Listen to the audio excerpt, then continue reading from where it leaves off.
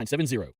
WNXX Jackson, KNXX Donaldsonville, and WDGL HD2 Baton Rouge. This hour brought to you by Spencer Callahan Injury Lawyers, LA 21 12681. Offices in Baton Rouge.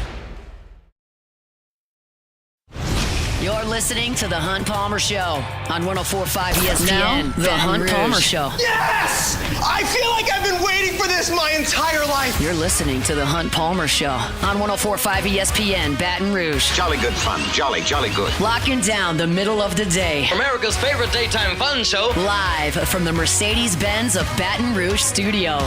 This is Hunt Palmer.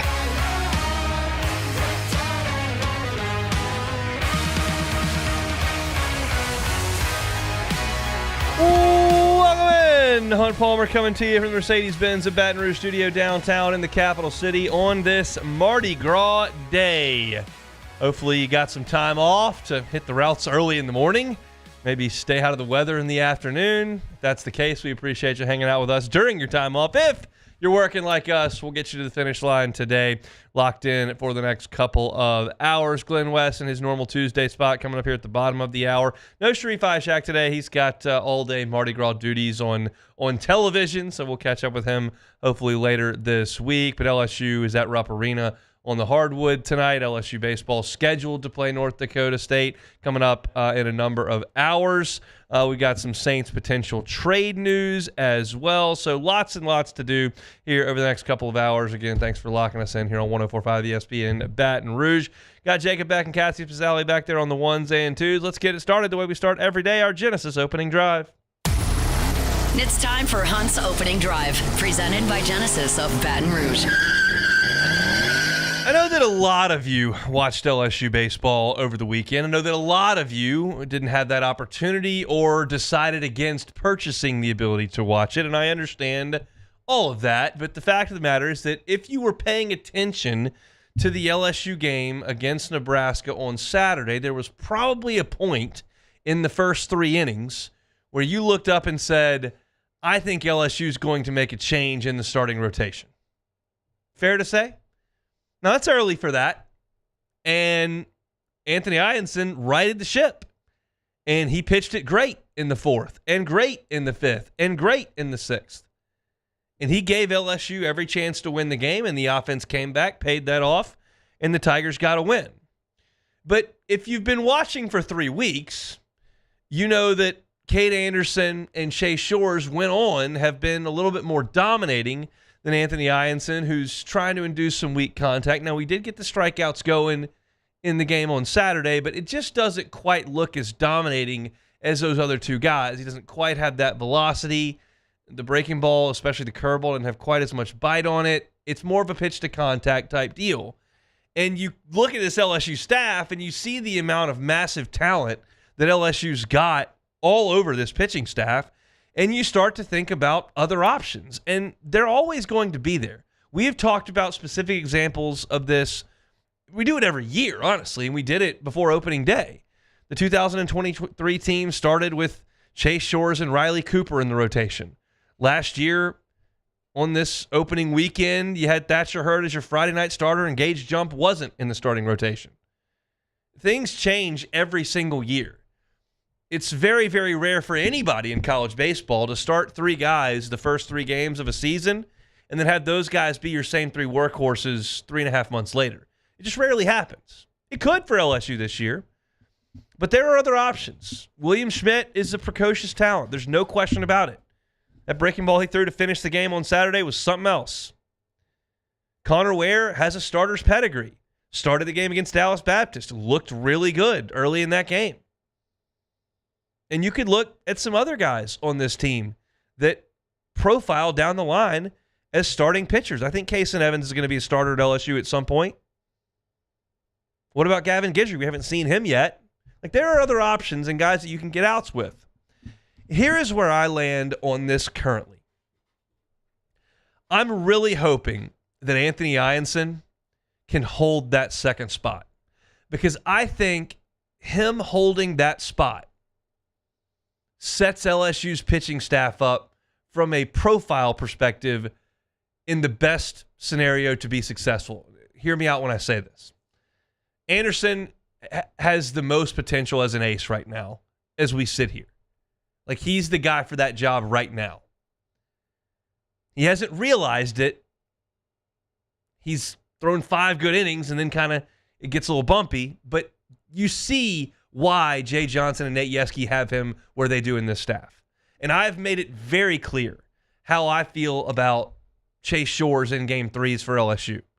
I think that oftentimes is going to set you up for success in a massive game. I know that all the intensity ratchets up and the aces go on Fridays. I know that by Sunday, maybe a little bit of the juice is out of the weekend. It's a Sunday afternoon. Folks are just coming back from church. It's not as booze-fueled, quite frankly, as games 1 and 2. But the games count the same. And LSU got off to a horrible start on Sundays last year, losing 5 straight game 3s. Shores, I think, gives you a great chance to have a matchup advantage in that game 3.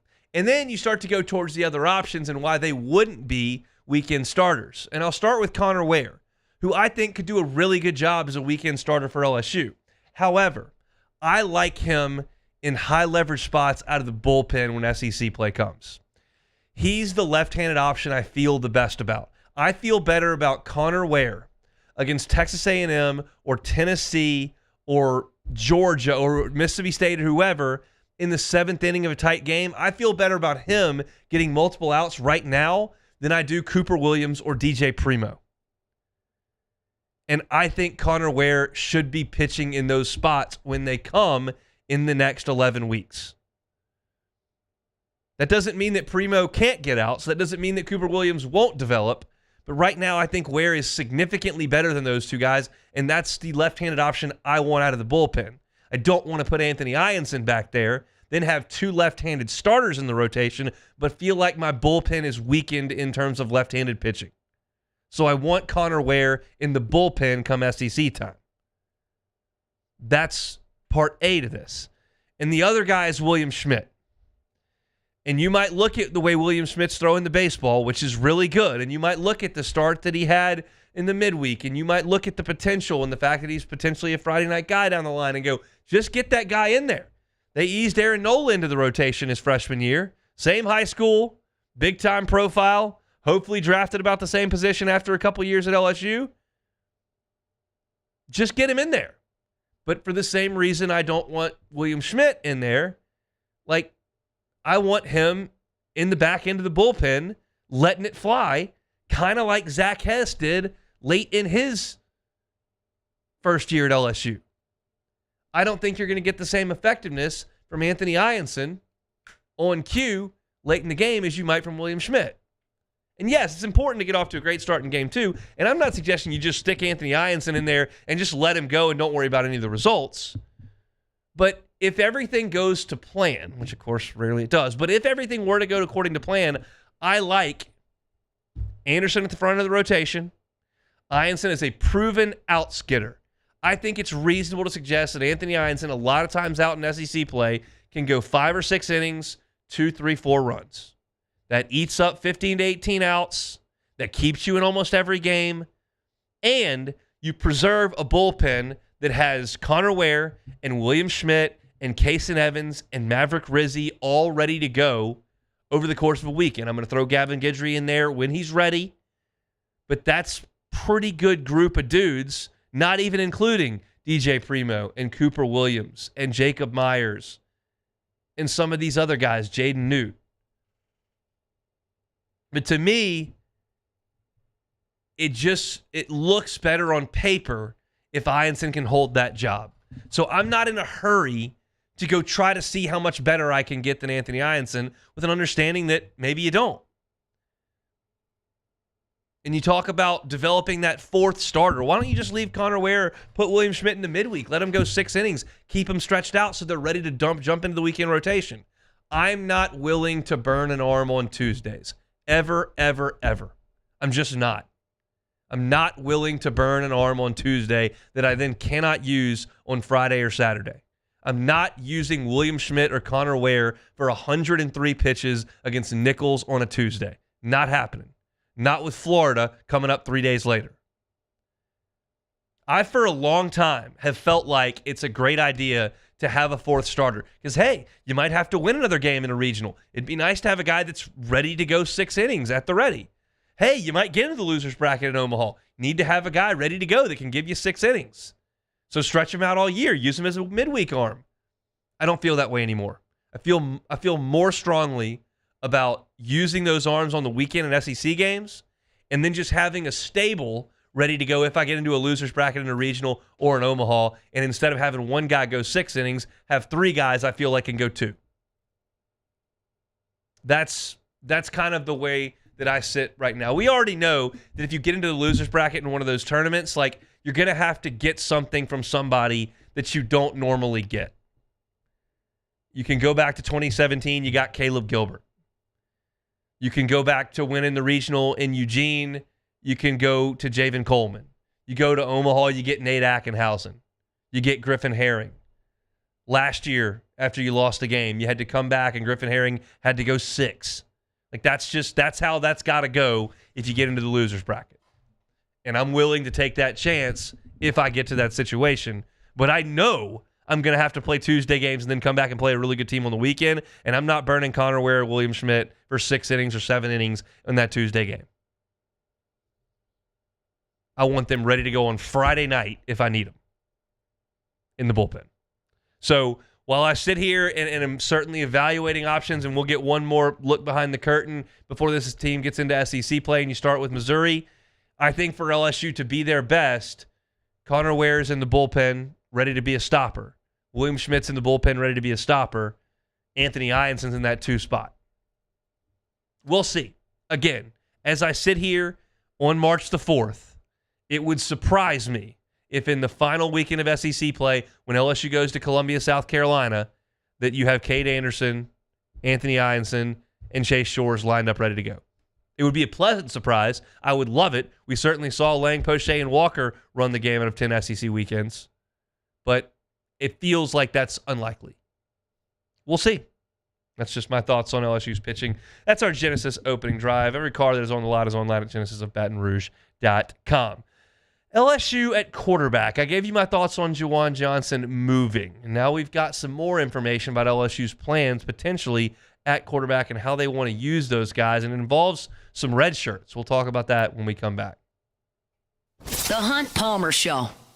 Always love telling you about my friends at One Bath and Closets. OneBathAndClosets.com. David Duvall and his team, 30 years redesigning and remodeling bathrooms and closets. Safety is a big, big deal in the bathroom, especially as folks age. If there's someone in your life that is aging a little bit and you worry about a hazardous situation in the bathroom when they slip and fall, do what you can to mitigate against it. You can't definitely and assuredly take that risk away, but you can do some things to mitigate it. You can put in non-slip floors. You can put in handrails around slippery areas like the bathtub, like the shower, like around the toilet. You can put in a shower with a bench. You can put in a walk-in tub that's more convenient and safer. All these things David Duvall and his team do all the time, and they are happy to help you with it. Check out the website, OneBathAndClosets.com. You can see pictures of their fantastic work. You can see testimonials from their satisfied clients, and you can get that free consultation started with David Duvall and his team today. It's One Bath and Closets. You can find them online at OneBathAndClosets.com. OneBathAndClosets.com. At Atmos Energy, our smart choice solutions help customers save energy and emissions with rebates up to $500 off high-efficiency natural gas appliances, smart thermostats, and weatherization upgrades. Together, we're fueling our energy future.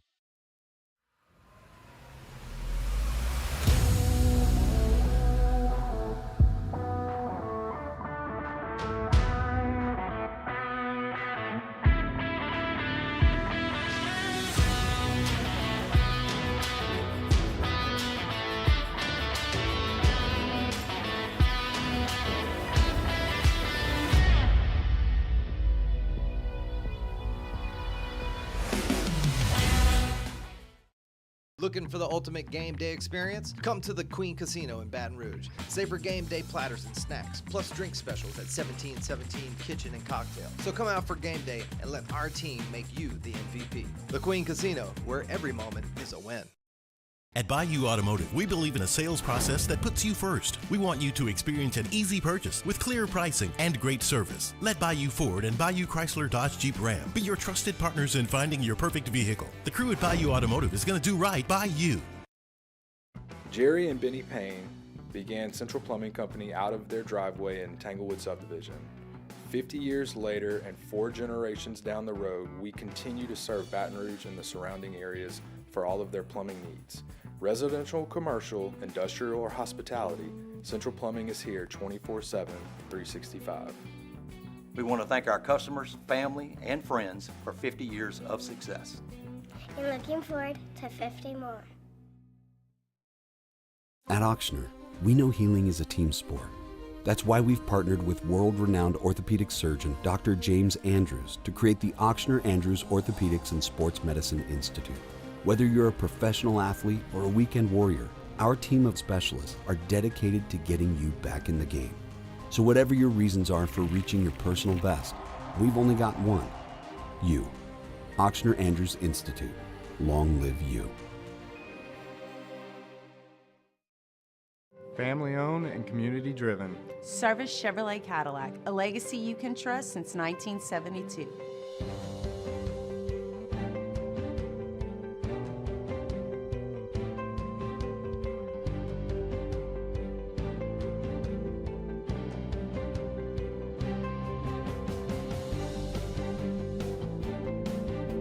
Service Chevrolet Cadillac, our family serving your family. For over 50 years.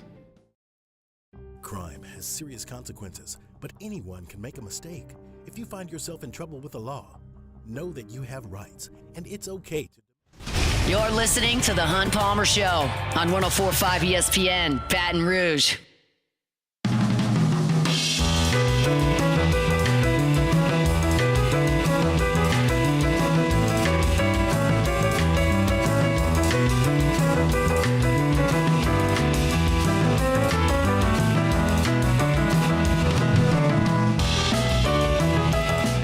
Chat with Glenn West coming up here in a few minutes. LSU basketball at Rupp Arena in Lexington tonight at 6 o'clock. LSU baseball scheduled to take on North Dakota State at 6:30 at the Box. I've gotten some questions on Twitter about the potential shuffling of the schedule for baseball because of the crazy weather that's literally coming in as we speak to the Baton Rouge area. My understanding from a conversation I had this morning, there's not going to be a doubleheader tomorrow between LSU and North Dakota State. They may push tonight's first pitch back a little bit to try to play tonight when the weather moves on.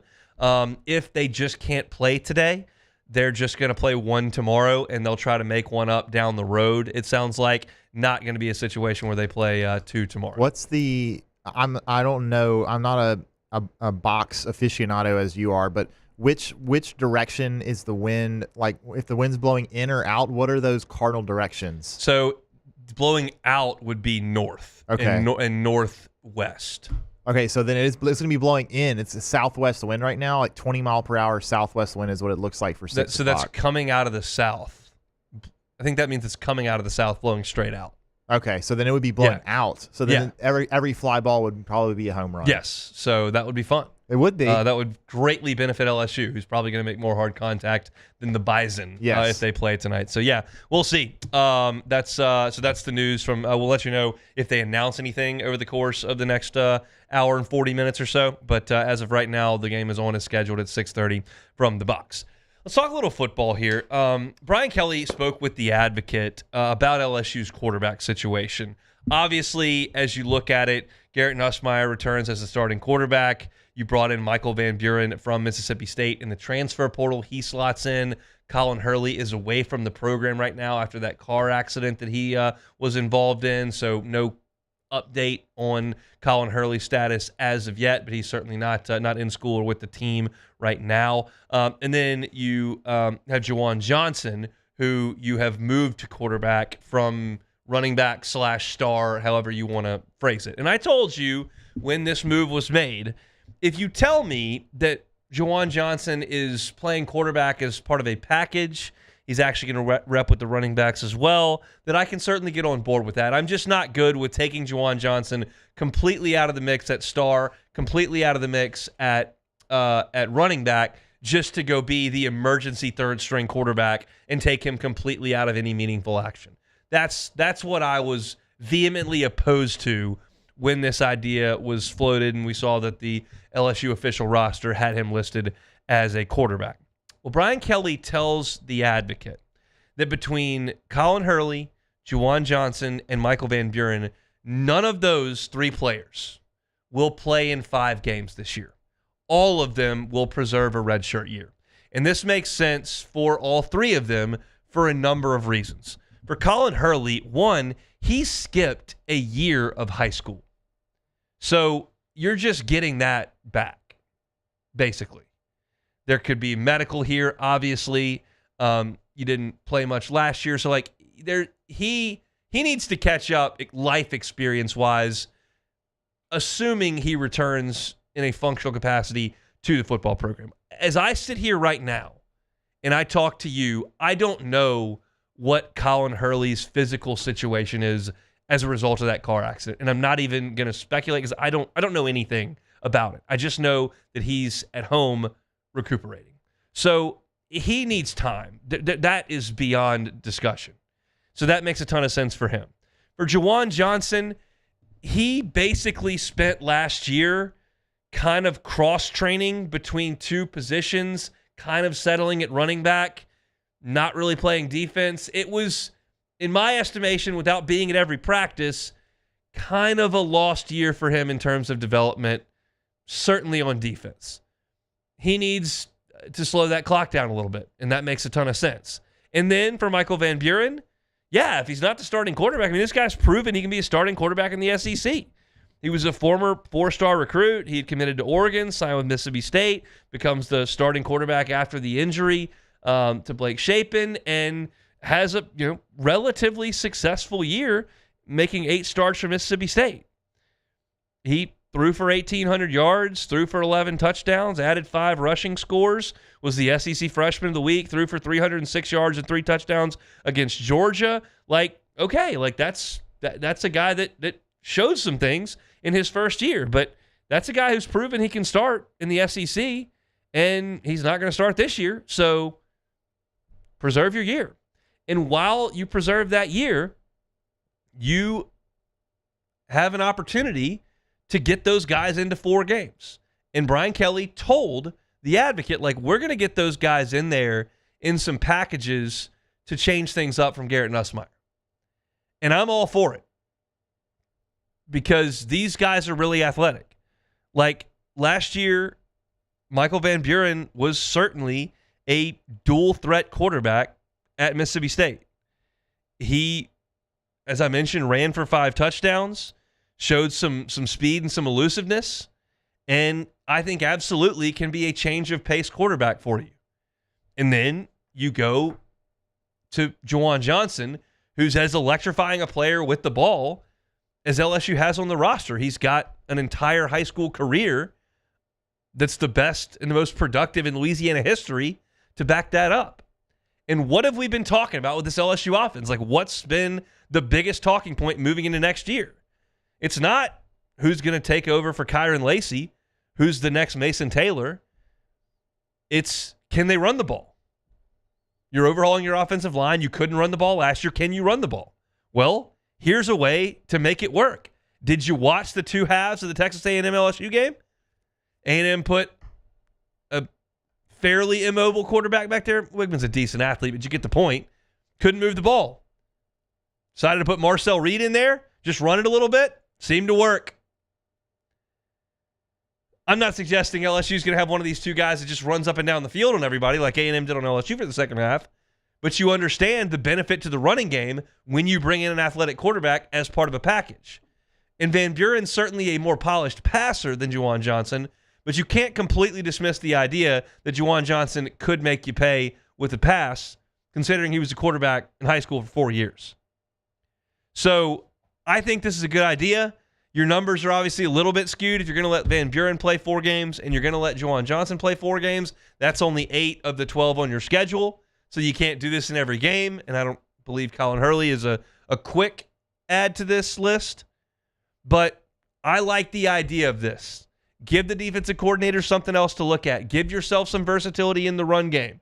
Don't burn a year of eligibility with these guys. Michael Van Buren might be a 3-year starter at quarterback at LSU after this season. It's conceivable. So I think this is a good idea, and I think this is the type of thing that spring ball was made for. I don't need a ton of Chris Hilton in spring ball. I don't need a ton of Whit Weeks in spring ball. Clearly coming off the broken leg, so you probably won't see a lot of him. But the point remains, he's played 2 years of football at LSU, spring ball, whatever. Jacoby and Guillory can use this time to keep rehabbing the Achilles, but you know what you got in him. Same thing goes for Ashton Stamps. Like, DJ Pickett needs the spring. He needs to play the spring. Brad Davis, with his position group, they need the spring. They need these practices to continue to figure out what the best offensive line group is for LSU.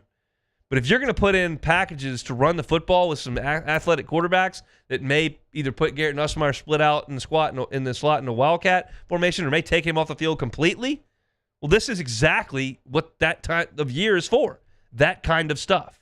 And I am for this. Again, if you gave me my choice, I'd have Juwan Johnson at either running back where LSU's thin on numbers, or at star where you thought he was, as of last year in the fall. That's what I would do with Juwan Johnson. But I can get on board with this because they've got to find some creativity and, more importantly, some productivity in the run game. And they didn't have either one of those last year.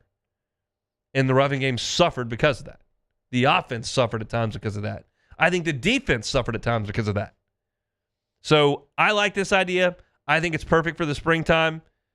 I think it's well thought out with the 4 games you can play in redshirt. So I think this is good stuff for the LSU offense, and I'm hopeful that we get to see a little bit of that as we move forward in the spring. We're inside a week to LSU on the Ponderosa for some spring football practices. They'll crank things up this coming weekend, and they'll be at it for I think 4 weeks with a few practices every single week, and you got spring break in there every year that kind of throws a wrench into the plans. But LSU will crank things up in earnest for spring at the end of this week. If you're looking for LSU football content, you always know where to find it. It's Hunt on LSU, wherever you find your podcasts.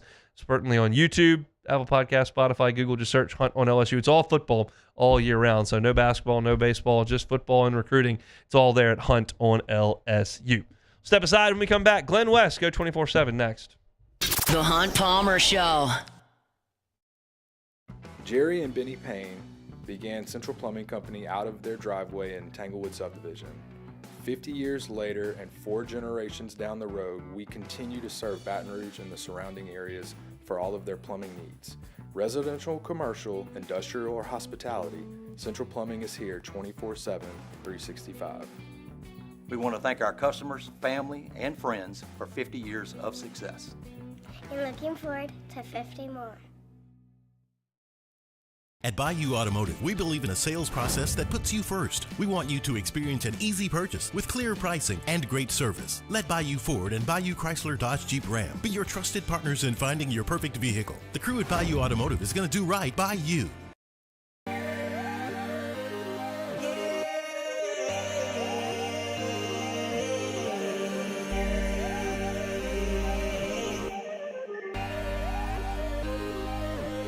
You gotta believe in a dream.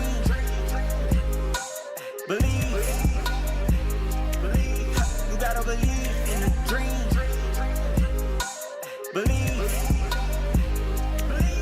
You gotta believe. Whole team on wildin'. There it is, the extra mile. On the border of expected and extraordinary for those willing to go further. Like vans customized for work or play. With safety and tech to keep you connected. Supported by a 5-star sales, service, and finance team. And backed by the 1-star you know. So go the extra mile. It's never crowded because so few have what it takes to go there. Mercedes-Benz Vans. At Auctioner, we know healing is a team sport. That's why we've partnered with world-renowned orthopedic surgeon Dr. James Andrews to create the Auctioner Andrews Orthopedics and Sports Medicine Institute. Whether you're a professional athlete or a weekend warrior, Our team of specialists are dedicated to getting you back in the game. So whatever your reasons are for reaching your personal best, we've only got one. You. Ochsner Andrews Institute. Long live you. Looking for the ultimate game day experience? Come to the Queen Casino in Baton Rouge. Wall-to-wall TVs mean you'll see every touchdown in HD. Place your bets and feel the thrill of every play with our DraftKings Sportsbook. The Queen Casino, where every moment is a win. Family owned and community driven. Service Chevrolet Cadillac, a legacy you can trust since 1972.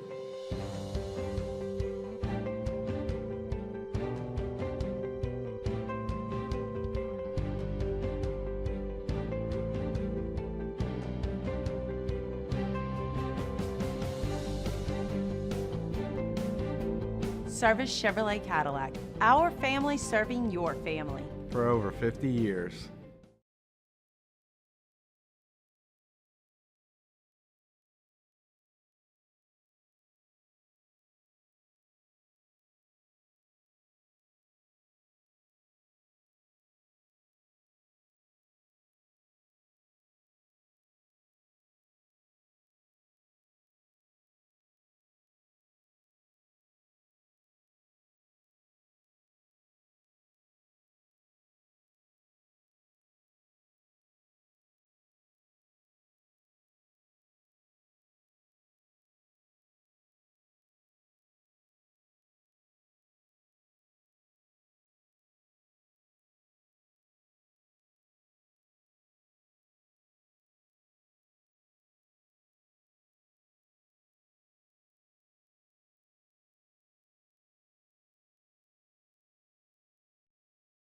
This is the Hunt Palmer Show on 104.5 ESPN, Baton Rouge.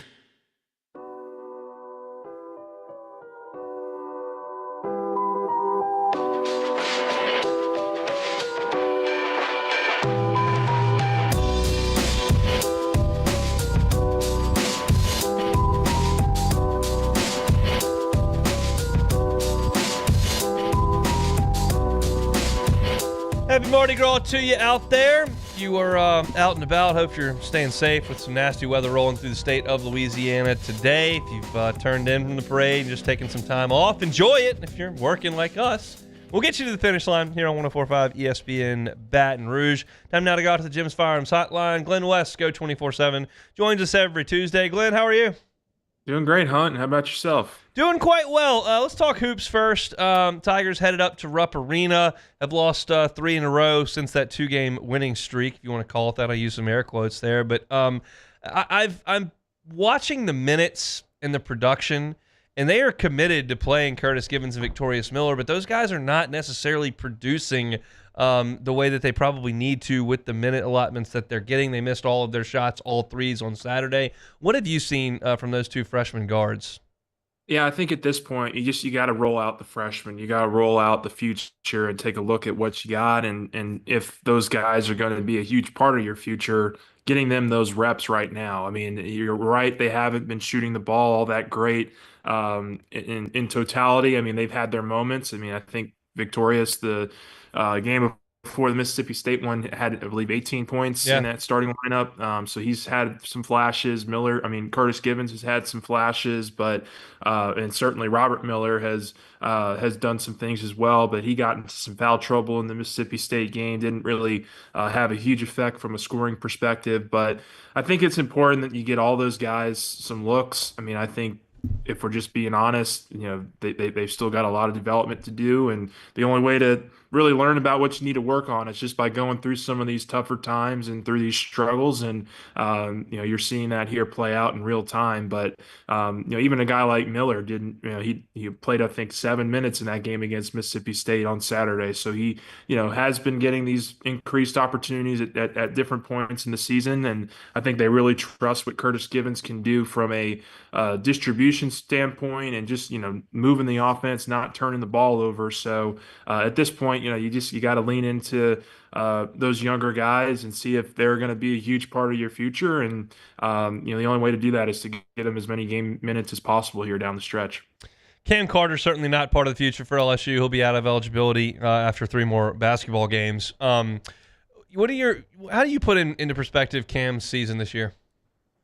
Yeah, I mean, just a really great solo effort. I mean, yeah, he's just been out there doing a lot of this stuff by himself. I mean, LSU had 25 made field goals against Mississippi State, and Cam Carter had 9 of them. And so when one player is a third of your scoring or a third of your production from a field goal standpoint, and when he's also number one on the scouting report, I think that's really impressive. And he's been able to do that for the majority of SEC play. He ran into a couple game stretch there where teams were really locked in on him. They faced some really great defenses, obviously in Tennessee and Florida, and they were able to limit what he was doing from an offensive perspective in those games. But he got back on track against Mississippi State. He was hitting some really tough shots, and he's so good at getting himself open and creating for himself. And there's just not a whole lot of that on this team right now. And so they're going to put the ball in his hands as much as possible. But been very impressed by what he's been able to do. He kind of came in with the stigma that he was a defensive guard first and just hadn't shot the ball efficiently throughout the most of his career. And you look here now, and he's well over 40% on threes. He's up in the upper 40s on field goal percentage as well. So he's done a really nice job of recreating himself. And I don't know what that means for his pro career and what that looks like, but at least for a final college season, it's a job well done. Yeah, I mean, at his size, I don't think the NBA is an option, but he can certainly cash a check playing basketball with his quickness and scoring ability. I don't think there's any doubt about that. So LSU and Kentucky tonight from Rupp.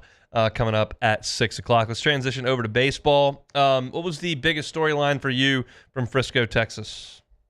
Yeah, I think for me, the defense, and I'm sure you probably talked about it a lot already, but just they're making the easy and the hard plays look pretty routine right now. And I don't know that we've seen that a whole ton, really in the Jay Johnson era. I mean, I think that 2023 championship team obviously was great defensively. They had some really fantastic infield defenders, and obviously what Cruz can do in the outfield as well. But this just seems more like a team effort to me in terms of just everybody locking in and gelling defensively. And I thought this last week was really impressive. I mean, you mentioned you talk about the rally on Friday that saved the Kansas State game and kind of gave him that opportunity in extra innings. And then the very next day, you see Dickinson flipping a ball to Milam for an easy throw over to first base. I mean, like that kind of stuff you just weren't seeing certainly last year. And I don't think you're getting that kind of chemistry in a lot of these defenses that you've seen from LSU so far. So I think that this has been a really pleasant surprise. I'm not sure that if we had talked back in August and September that we would have mentioned defense as one of the sticking points for this team, but they've been really consistent in that area, and to do it also with the number of guys they're rotating out in and out of the lineup, especially in the outfield, I think has been really impressive. So defense was number one for me. I loved the offense being able to put up double-digit runs in a couple of those games and really kind of consistently move the offense. After that Omaha game, I thought Jay Johnson really was disappointed in that effort in one of those Omaha games where they lost, and said that they needed to go back to the drawing board a little bit and that they were going to get it fixed. And they've been really good ever since then. So whatever they're doing, they're drawing a lot of free passes. They're not striking out a ton. They're just putting the ball in play, and all those guys are stepping up to the plate when their opportunities have come. What do you think about the amount of guys that they are shuffling? Do you think that's sustainable throughout the entirety, or do you think he's just trying to figure out who the best guy is?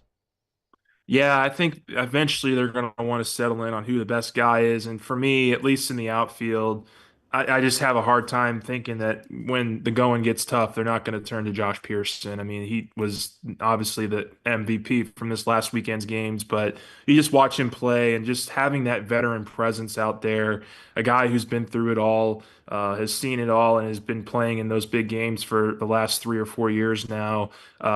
That just is an invaluable tool that this team has, because there's just not a whole lot of guys that have gone through that gauntlet that he has. So I think Pearson's going to be a mainstay in this order, whether it's at DH or in the outfield.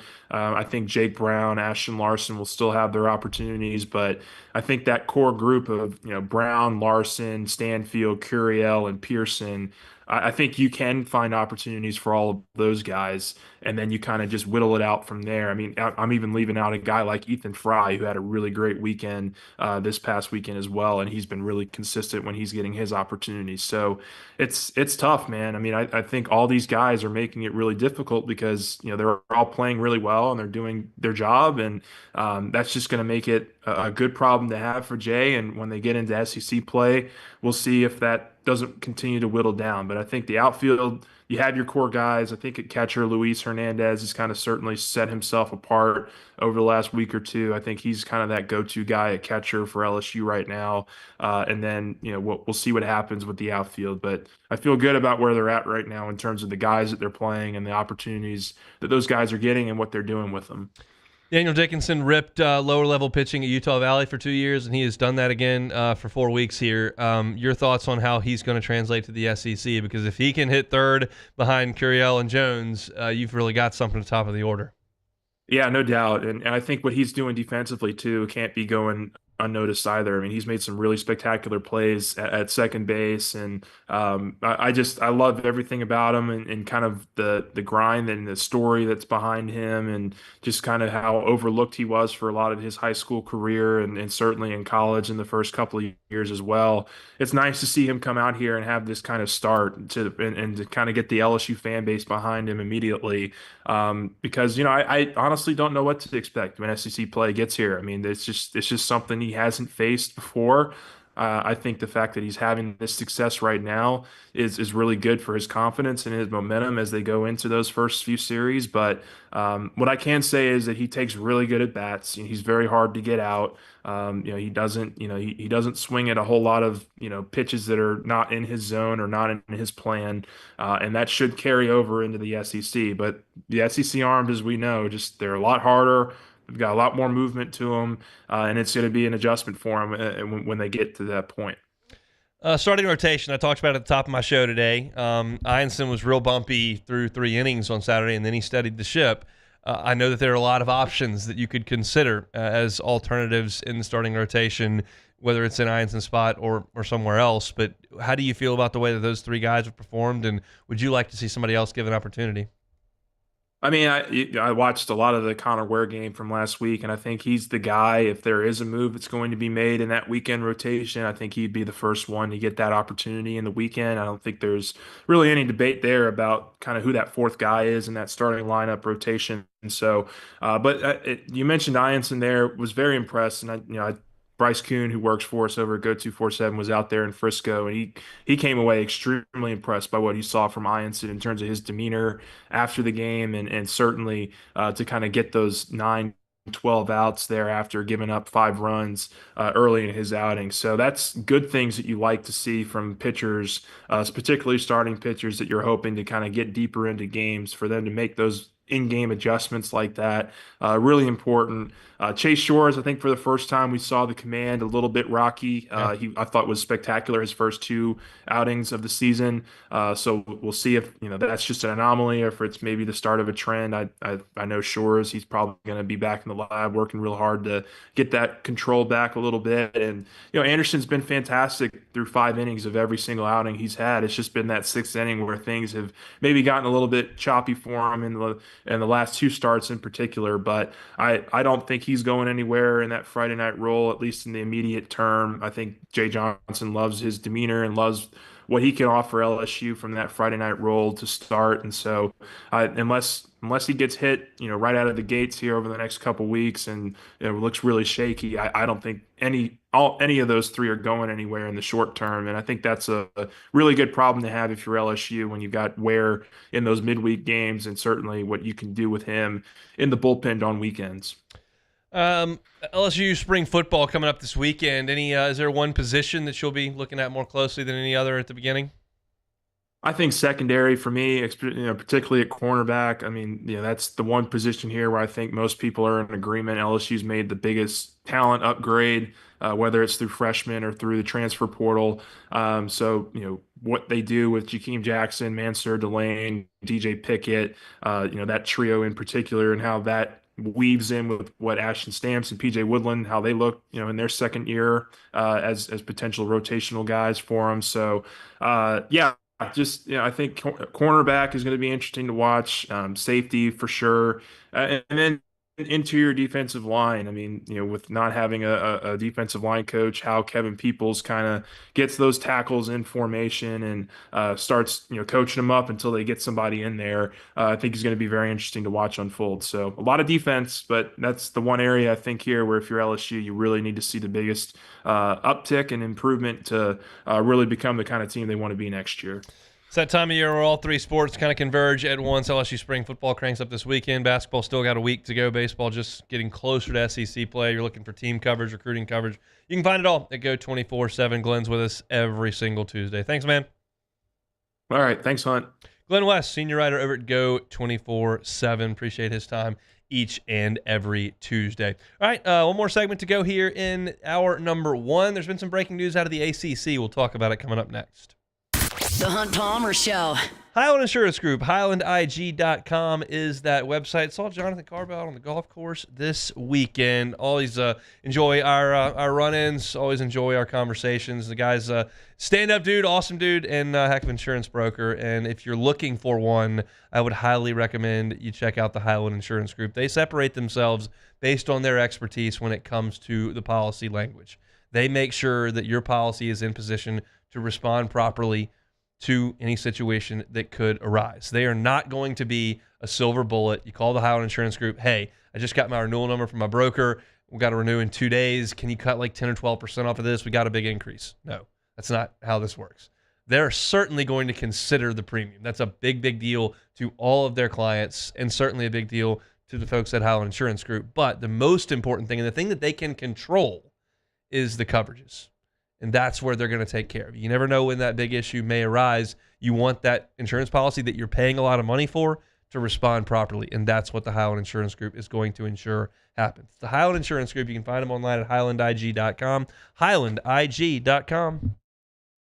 The Windsor Senior Living Community in Mandeville, Louisiana is a beautiful, vibrant apartment community geared toward seniors.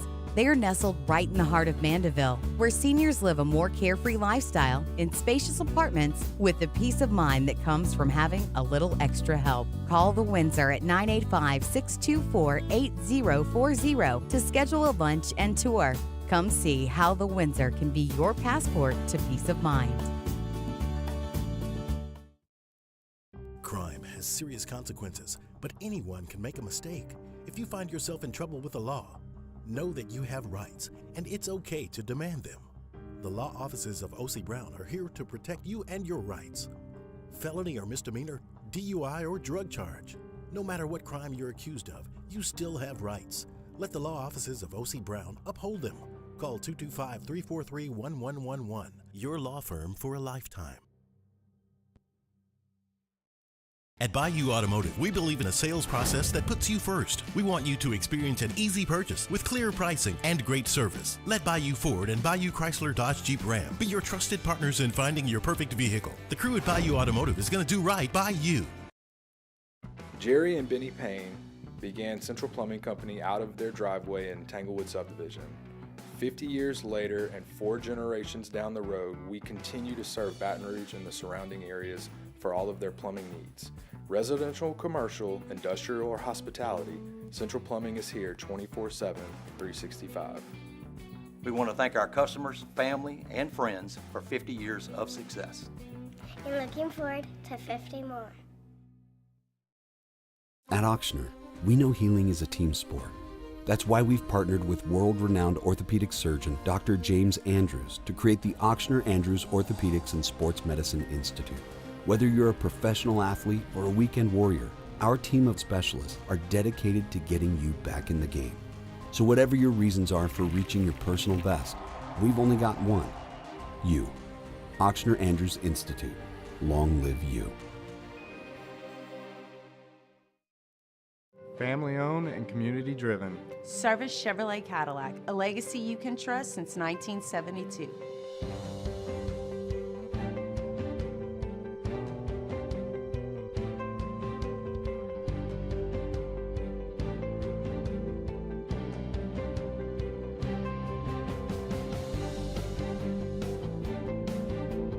Service Chevrolet Cadillac. Our family serving your family. For over 50 years.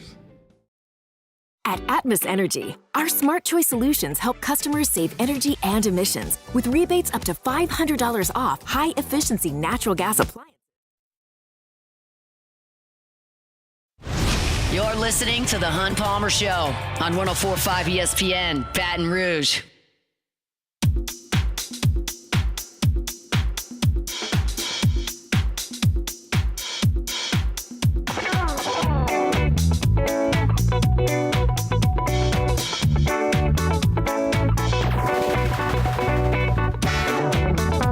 All right, wrapping up hour number 1 here, Mardi Gras edition of the Hunt Palmer Show. The ACC is not in a great place. They're trying to stay together as a big arranged marriage, and they're trying to go to therapy and figure things out, but there are attorneys involved. And as of today, they have settled. Now, I don't think we're all singing Kumbaya over there, but they're in a better spot today than they were 6 months ago. And when you've got Florida State and Clemson filing suit against the league, it can be turbulent.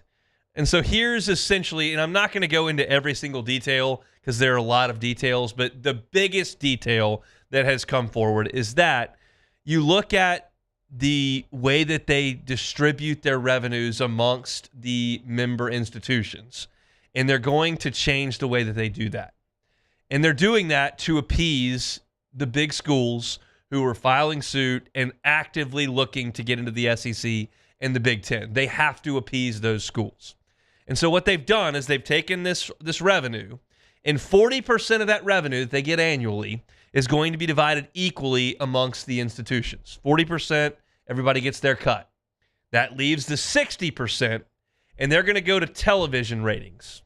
And whoever draws the biggest numbers will get that percentage proportionately distributed among them. Interestingly enough, Georgia Tech would have been rewarded very handsomely this year on the football field because they played a standalone game in Ireland and won that game. And then at the end of the season, they played that 7 overtime game against Georgia that everybody in America was watching. And those 2 games that drew massive numbers would have actually paid them off significantly. Now, SMU certainly would have cashed in this year because they were a college football playoff team that is going to draw a big number there. You're also going to get a payout if you're SMU for reaching that point in the college football playoff. So in a way, it's a meritocracy that the folks who draw the most eyeballs get the most dollars in return.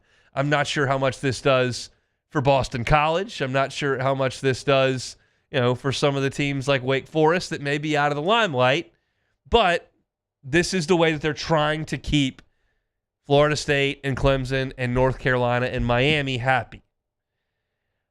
I don't think that the best thing to keep a conference together is to create haves and have-nots inside the conference. That, I think, would tend to maybe raise some eyebrows, but it's the best thing they can do to try to keep this together. The schools that filed suit, one of the things they tried desperately to work towards is lessening that buyout of the grant rights to get into another conference. It's an astronomical number, and it didn't necessarily come down. There's one line in this story, and you can read the entire thing at ESPN.com, but the total cost to exit the league after 29-30, which is in, of course, 4.5 years, would drop below $100 million. That's still big cash. But there comes a point where it pays for itself to get out of the ACC and to get into the Big Ten and the SEC where the bigger money is. This is a stopgap for the league that we all believe to very much be on life support. And eventually, they're going to pull the plug on it. It's not today. They prolonged things a little bit.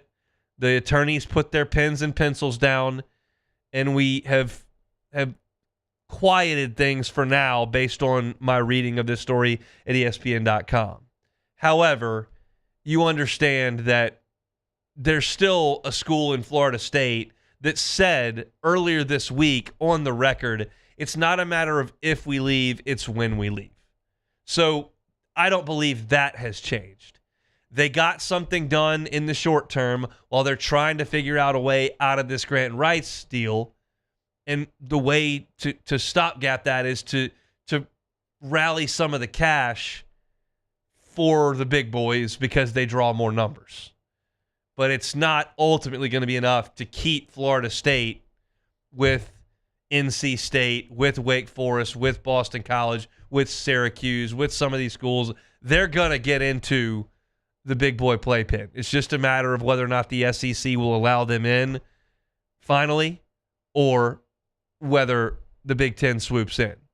Is that voting block of Florida and South Carolina and Kentucky and those schools in Georgia that were keeping ACC schools out that are in state with some of the SEC schools? Or is the fact that they went to Texas A&M and said, hey, oh, by the way, I know you wanted to come in here to separate yourself from Texas. Sorry, we're letting them in. And that may happen to the other schools as well. I don't know. We'll see.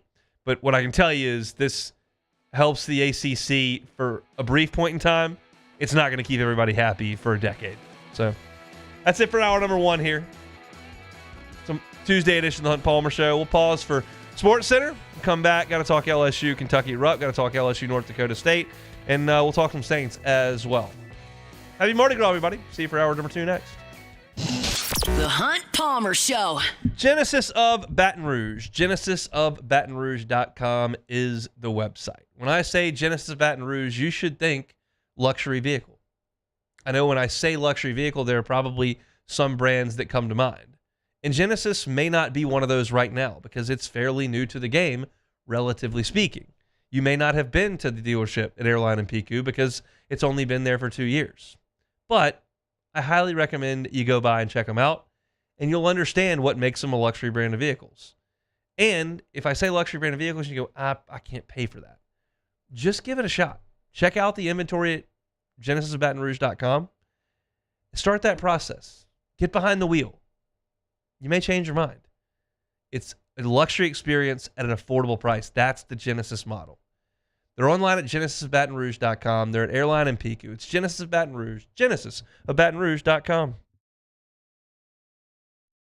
At Bayou Automotive, we believe in a sales process that puts you first. We want you to experience an easy purchase with clear pricing and great service. Let Bayou Ford and Bayou Chrysler Dodge Jeep Ram be your trusted partners in finding your perfect vehicle. The crew at Bayou Automotive is going to do right by you.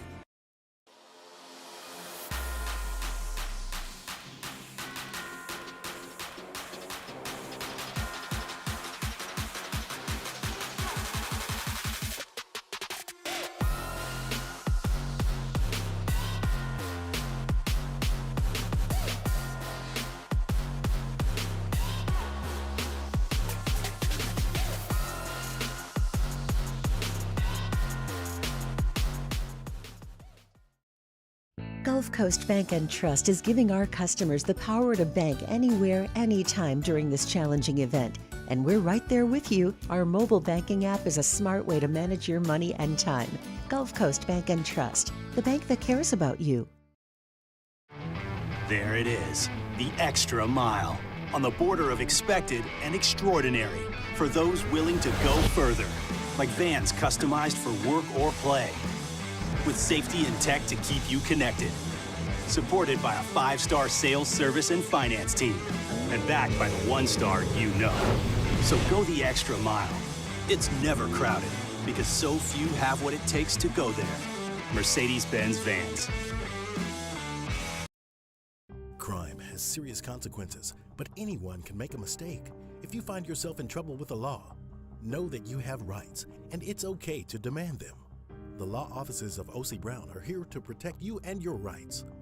Felony or misdemeanor, DUI or drug charge. No matter what crime you're accused of, you still have rights. Let the law offices of O.C. Brown uphold them. Call 225-343-1111. Your law firm for a lifetime. Jerry and Benny Payne began Central Plumbing Company out of their driveway in Tanglewood subdivision.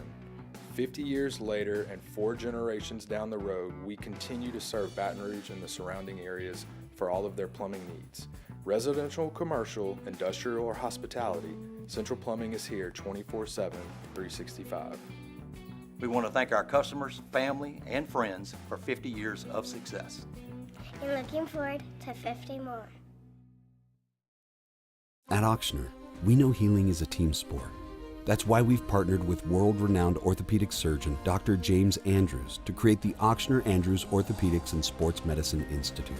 Whether you're a professional athlete or a weekend warrior, our team of specialists are dedicated to getting you back in the game.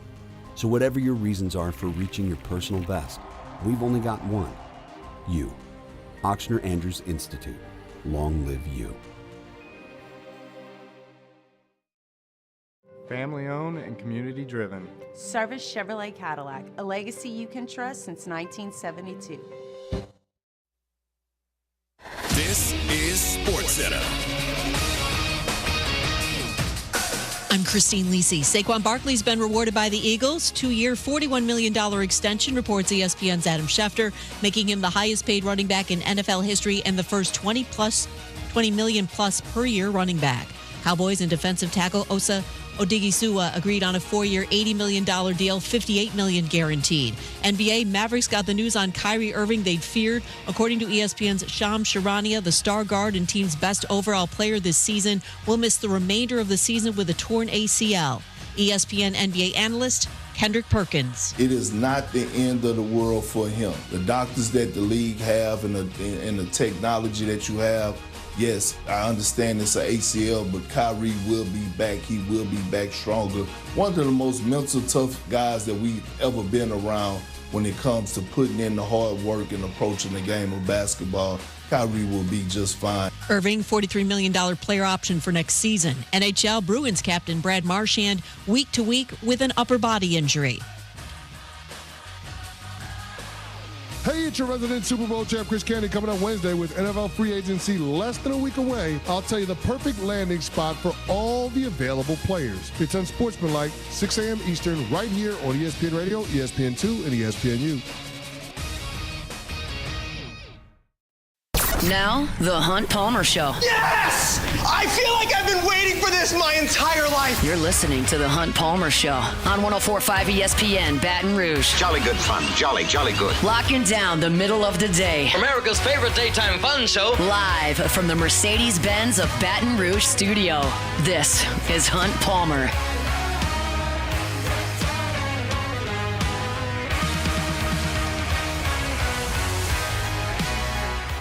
Hour 2, Mardi Gras edition of the Hunt Palmer Show, 104.5 ESPN Baton Rouge.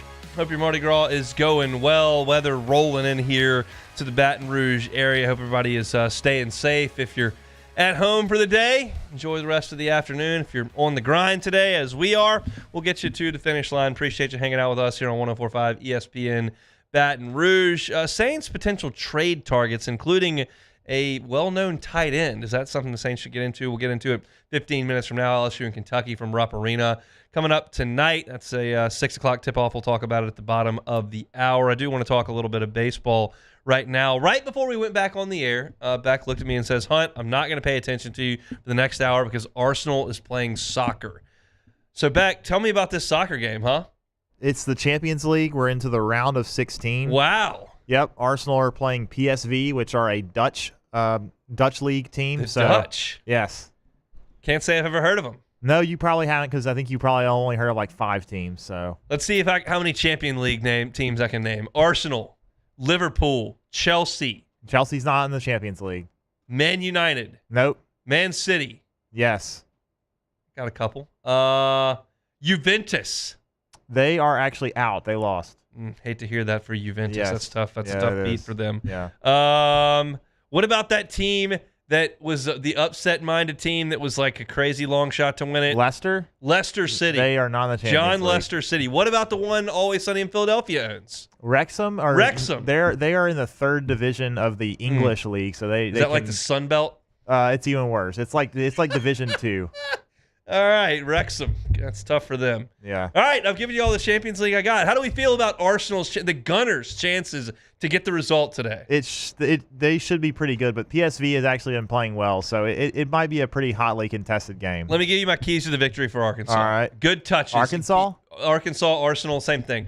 Red. Got to have good touches. Touch is crucial in this game. Yes, absolutely. Got to use your speed up front. That's got to be one of the things that they focus on. Yeah. And look, communication between the keeper and the defense, you've got to be on the same page. Yeah. If you're going to play at this level, you've got to be able to be on the same page with your defense people, and so that's crucial in the game. That's a great point, son. Those are all perfect. Love to hear that. That's called breaking down footy. It's gonna be a match. It's gonna be on the pitch. They're gonna have the kits on. The boots will be on. It's gonna be incredible performance. So I'm excited for that. Just amazing analysis from you, Hunt. That's why they pay me multiple thousands every single year to be on this microphone and to give you the good stuff like that. All right, let's talk about baseball. I'll be pretty frank. I'd be just fine if LSU didn't play North Dakota State tonight because North Dakota State is atrocious. Just real bad. Going to be an RPI drain on LSU. I realize that it's just 2 ball games, but let me just run through some results from the Bison this year. They opened up at Dallas Baptist. We saw Dallas Baptist last week. Pretty good team. They lost those 3 games, 11-6, 5-2, and 11-1. Then they went to Beaumont to play Lamar. Will Davis and company lost 10-3 and 13-2. You'll start to catch on to a little bit of a trend here with the Bison pitching. They don't get a lot of teams out. They played University of Texas Rio Grande Valley over in Edinburgh, Tennessee in a 2-game set. They lost 10-3 in 7 innings and then won a game 7-5. That's their only win of the season so far. They're 1-9. Went to Tuscaloosa to play Alabama. 12-4, 9-7, 11-3 were the results in Tuscaloosa over the weekend. I took a gander at the stats page for North Dakota State, the Bison. I counted, let's do this again, make sure our numbers are right. 1, 2, 3, 4, 5, 6, 7, 8 pitchers with an ERA of double digits. And some of them pitch a lot. Logan Knight has started 3 games. His ERA is 9.22. Nolan Johnson has started 3 games. His ERA is 10.8. They put Leland Wilson out there for 2 games. His ERA is 54. Luke Agnew's ERA, just an inning and 2/3, 32.4. Tate Martin's 25.65. You get the point.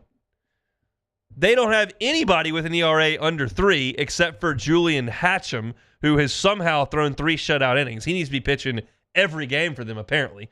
But this stat page is rather depressing from a pitching standpoint. The team ERA for the Bison is 11.1.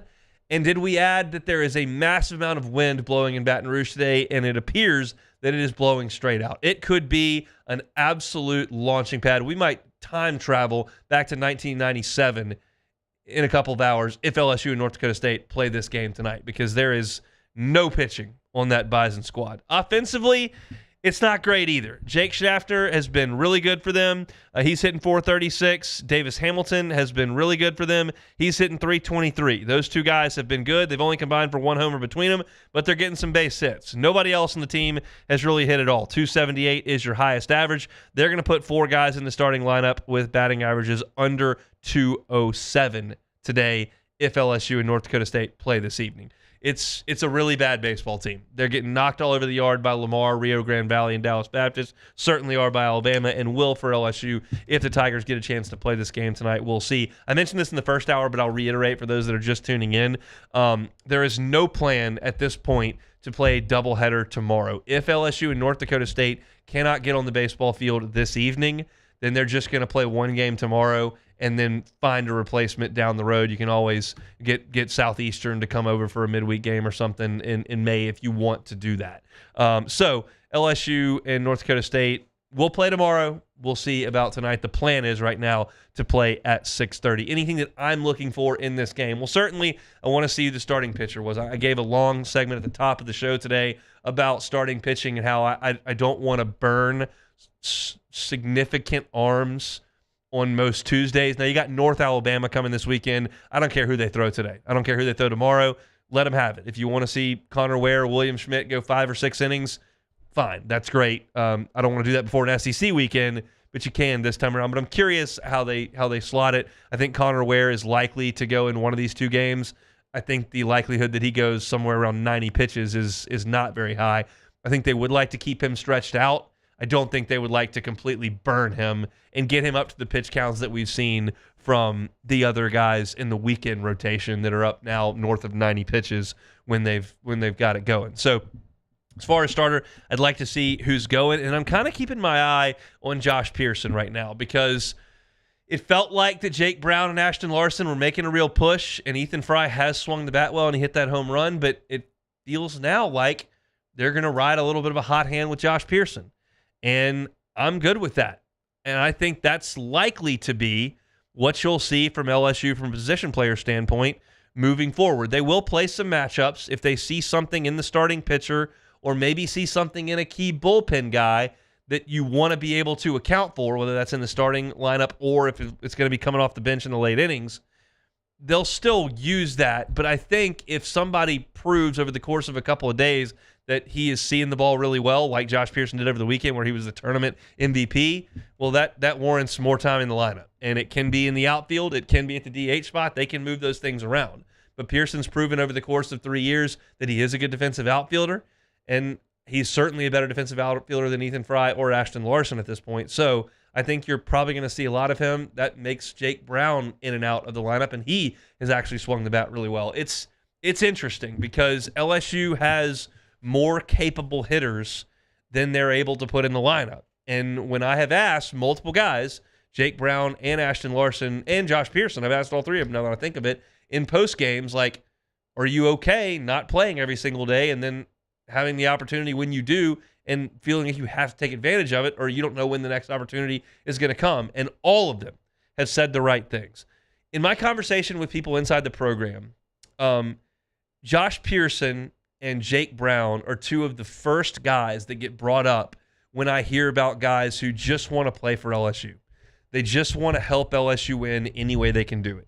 You got that same vibe from Will Helmers. You got that same vibe from Cade Beloso. You got that same vibe from Gavin Dugas. Like, it doesn't matter how Paul Skeens and Dylan Cruz feel. Now, there's evidence that those guys love LSU and played incredibly hard. They were going to be in there every day in the leadoff spot, on the Friday night spot. They were going to be the dudes, and that's part of being superstar players who are some of the greatest who have ever played. But every really good team needs some guys who fill in different roles that just have a selfless attitude about them.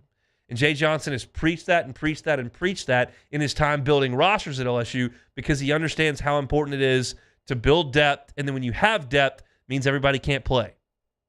So I'm curious how he continues to massage that and how everybody continues to feel about it. But right now, you're getting really good results out of that, essentially that entire crew. Larson started a little bit hotter. Pearson has been hotter of late. Fry's hit a couple of home runs for the first time in his career, and obviously Brown has swung it well pretty much the entire time. So I'm excited for what LSU has there, but I'm also interested in how Jay Johnson handles that moving forward, and he may get 2 more midweek games here to show that in right field, in left field, and at the DH spot where you've got really more bats than you can write on a lineup card at this point. So LSU and North Dakota State set for a game 1 of their 2-game midweek set tonight at 6:30. If anything happens over the next 45 minutes to change the time of that game, we'll certainly let you know. But the anticipation is right now that they will make that game happen on time. So we'll see.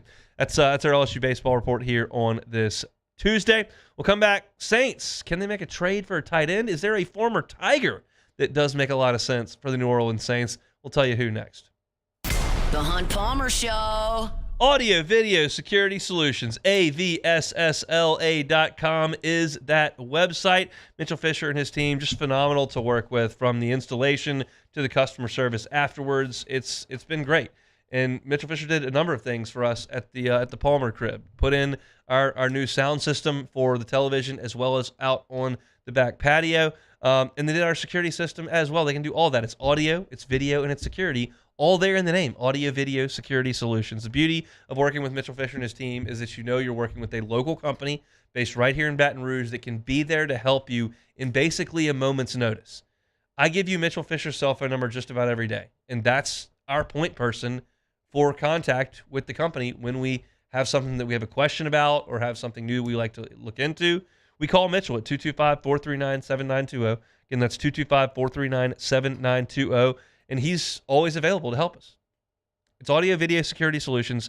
Check out their Instagram, AVSS_BR. Keep in mind, People's Choice Award winner for the best vendor at last year's Parade of Homes during the summer. It's Audio Video Security Solutions online at avssla.com.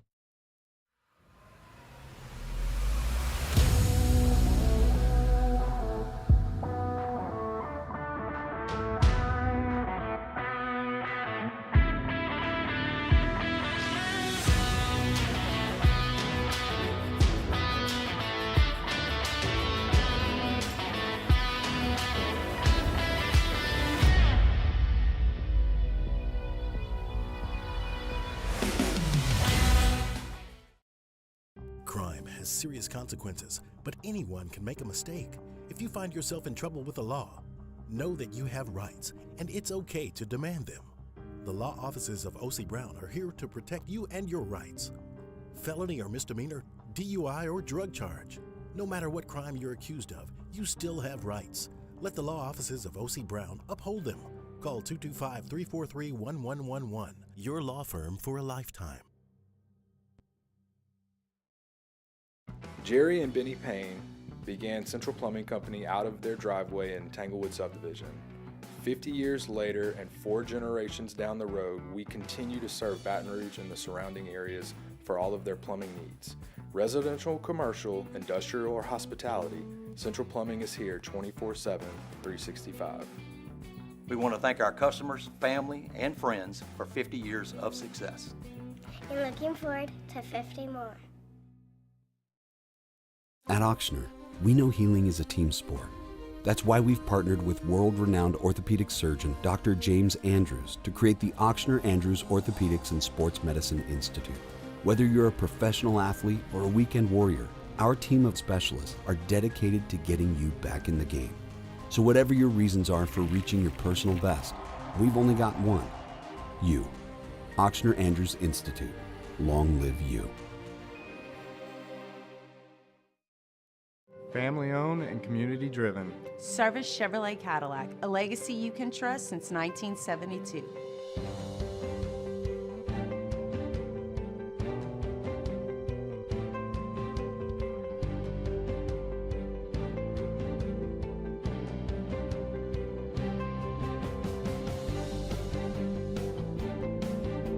Service Chevrolet Cadillac, our family serving your family. For over 50 years.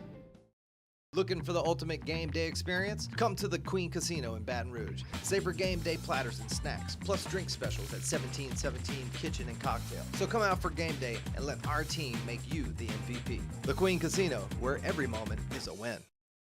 Parrish Construction and Roofing. This is Coach Kim Mulkey. Go to parrishbuilt.com for all of your roofing needs. This is the Hunt Palmer Show on 104.5 ESPN, Baton Rouge.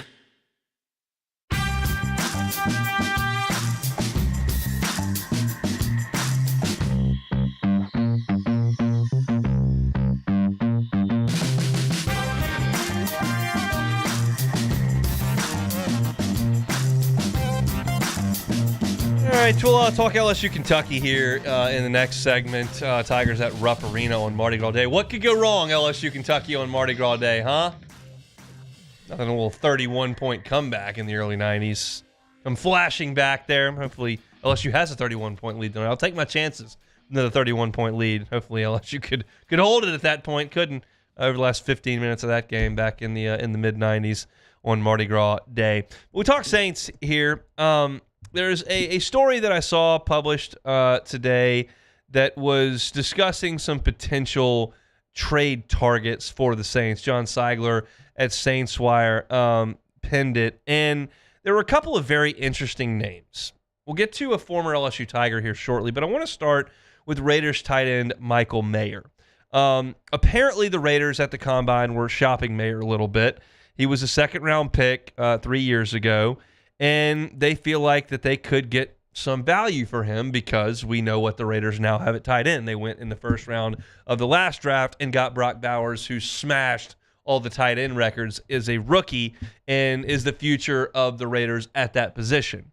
And that, to me, makes this very enticing because the Raiders are basically moving on from Mayer because he's a luxury. You've already got Brock Bowers. You know who your primary tight end is. If you feel like you can get some value for a backup on your team, well, you can go ahead and do that. This is not a necessity for the Raiders. And so I think it's interesting what the market would demand for Mayer because he's probably a starting tight end at more than half the league, and I would include the Saints as a place where I think he would be your starter at tight end. He has played 25 games, started 20 over 2 years in the NFL. He's made 72 catches, averaged 10 yards a catch, and he's very young. He's going to be 24 years old during this season. So what is he? He's young and cheap. That's exactly what the Saints need. And if the Raiders are just trying to recoup a little bit of value, yeah, I'm okay making a move like that for a guy who doesn't cost a lot, is clearly a talent, a guy they took in the second round that has already produced over the course of 25 league games, and you might be able to get him for a relatively affordable price. I'm all in on the Saints making a move for Michael Mayer. Now, the problem is, if the Raiders get a lot of folks involved and start to drive up the price with a bidding war, well, then I'm probably out because the Saints are not a nice tight end piece away from getting this thing back where it needs to be. That's one of the many things they need to target. So if this is just a situation where the Raiders are going, we think Mayer's pretty good, but we've got that position taken care of. If we can use this asset to get something back that may help us at another spot on the field, I'm willing to do that. And then the Saints could be a fit. If you're going, well, we got 4 teams interested, what's your best offer? Drive that price up, then I'm out. But Mayer is exactly what the Saints need. He's young at 24 years old. He's cheap as a second-round pick from 2 years ago. He plays a position where the Saints probably need some help. I'm all for that if the Saints can make it work in terms of the assets. Another trade partner that Seigler brings up in this piece is a former LSU Tiger. That's Davon Godchaux. Now, Davon Godchaux is not young. He is on the wrong side of 30. He'll play 2025 as his age 31 season. But he is relatively inexpensive. You're talking about a cap hit this year, on the final year of his deal before there's an out, of $8.3 million. His base salary's $4 million. He's got a signing proration of 3 1/3. Then you've got a roster bonus, a workout bonus, and the cap hit in totality comes out to $8.33 million. That is roughly 3% of the league salary cap. The Saints can swing that. The Saints can take a starting defensive tackle for $8.3 million. And it's only a 1-year deal. And Davon Godchaux does something that the Saints desperately need. He stops the run. He's not an elite pass rusher. He's probably a little bit past his prime years, but he's incredibly durable. 2021, he played 17 games. 2022, he played 17 games. 2023, he played 17 games. 2024, he played 17 games. Now, over the course of those 4 seasons I just rattled off, he's got a total of 2.5 sacks. So he's not a pass rusher, but he averages about 60 tackles a year, and he's really good at stuffing the run. And the Saints were atrocious against the run last year. You're talking about a run defense that was almost at the bottom of the NFL. They were second worst in the league in stopping the run. So if Godchaux can give you 30 snaps a game, can play in running situations, can help Brian Brzee learn how to be a run-stopping interior defensive lineman, I think that's fine. And if you decide at the end of this year that you'd like to keep him around for a couple more years until he's 32 or 33, well, you can have that discussion, but you're not married to that if you make a move to go get him right now. So while I'm not completely on board with the Saints making a lot of moves for 30-plus-year-old players, and y'all know that, I've talked about it at length, this one makes a lot of sense because he's not egregiously expensive, and he certainly brings something to the table that you've been looking for. So I'm for that move if it is available. There are some other names on this list. Titans offensive outside linebacker Harold Landry III is a guy that you think may be able to get after the passer a little bit. He's 28 years old. He's got 50 sacks in his career. That's a skill set that you've been looking for. I don't know how much that would ultimately end up costing you as far as assets go, because he's got more statistical prowess than Mayer or Godshaw, but it's something that you need on your roster. Chargers wide receiver Quentin Johnson. You know the Saints are going to be in the market for wide receivers one way or another. I'd probably rather you try to do that in the draft or free agency, but you're talking about a guy who has played under Kellen Moore, who was there when Kellen Moore was the offensive coordinator in L.A., and potentially Quentin Johnson with that big frame might make some sense. In his second season, he had 55 catches for 711 yards and 8 touchdowns.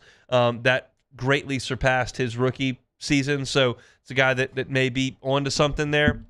It's not a great wide receiver class in this draft, so maybe the Saints could be interested there. And the last name was Kenny Pickett. That doesn't do a ton for me. I'm not in the mode of giving away assets for Kenny Pickett. I can get on board with Justin Fields to an extent. Pickett, I don't see the upside there. I think that guy's just a backup waiting to happen, and the Saints are flush with backups at this point. So I'm pro Mayer because he's young and cheap and in a position of need. I'm pro Godshaw, even though he's old, he's fairly cheap, and he's a guy that plays a position of need. I can get on board with the pass rusher depending on the price. Really, as you're looking at trades, it's more so what the outgoing assets are as opposed to what the incoming asset is, because the Saints can't be too much in the mode of getting rid of assets that could be young players. But if the perfect position arises, I can get on board with it. We'll see. These are things that are fun to talk about and speculate about on the front end, but truly can't be properly analyzed until you get to the back end of it. And you see what the return is, and you see what the production ends up being, and you see what the cost ends up being. So, interesting stuff. I read this story up on Saints Wire. You can do so as well. Ross Jackson's got an awesome mock draft up right now on the front page. LouisianaSports.net go through all 7 rounds and has some picks there. One of them I absolutely love is Travion Henderson that Ross has in there, but you can check out the entire mock draft at LouisianaSports.net. Remind you, everything we do on LouisianaSports.net is completely free. Get on by and check that out here on this Mardi Gras day. Now, I was in the middle of this Saints conversation looking at some potential options for the Saints to bolster their team, and I got Beck over here doing fist pumps. He's internally yelling and screaming. Must be Arsenal put one in the back of the net. Already 2, actually.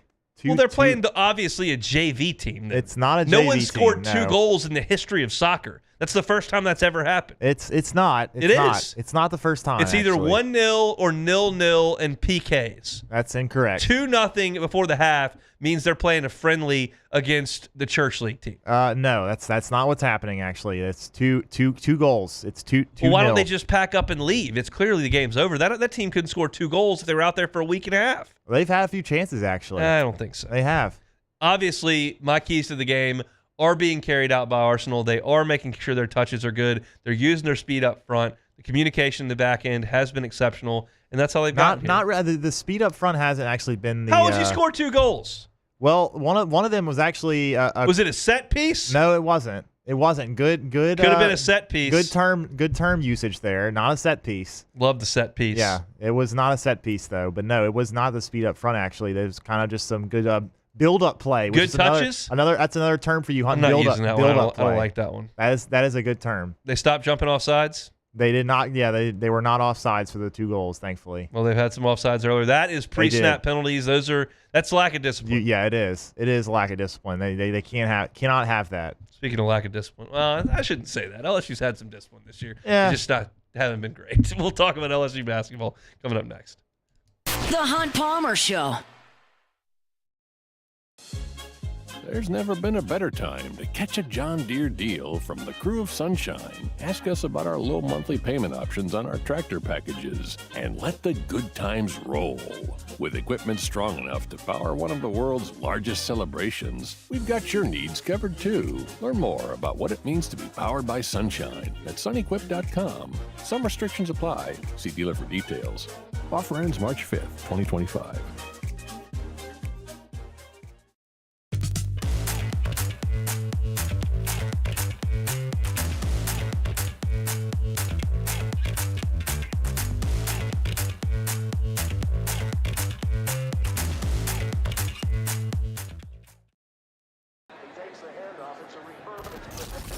When you can't rely on technology, you can rely on Mountain Cold Refreshment. Dave's back on. Coors Light. Choose chill.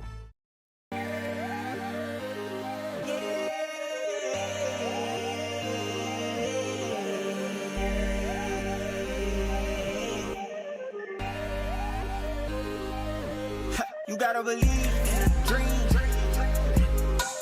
Believe. You gotta believe in a dream. Believe.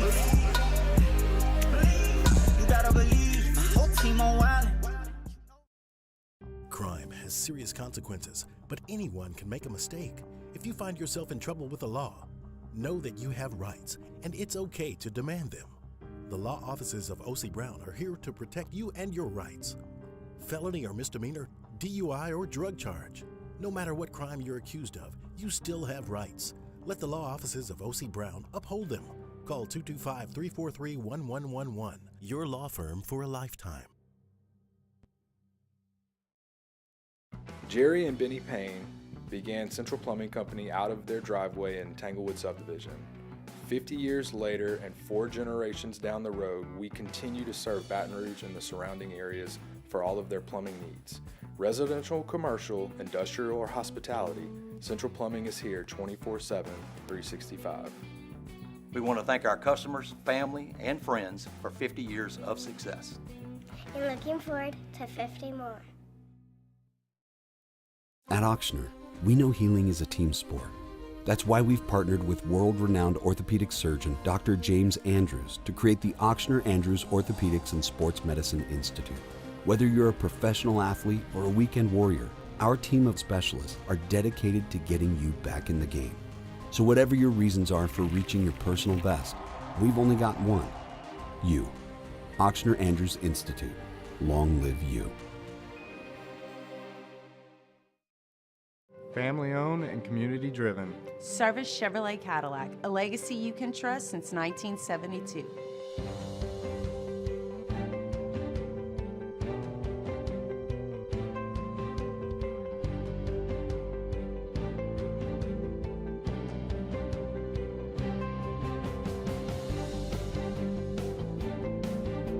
Service Chevrolet Cadillac, our family serving your family. For over 50 years.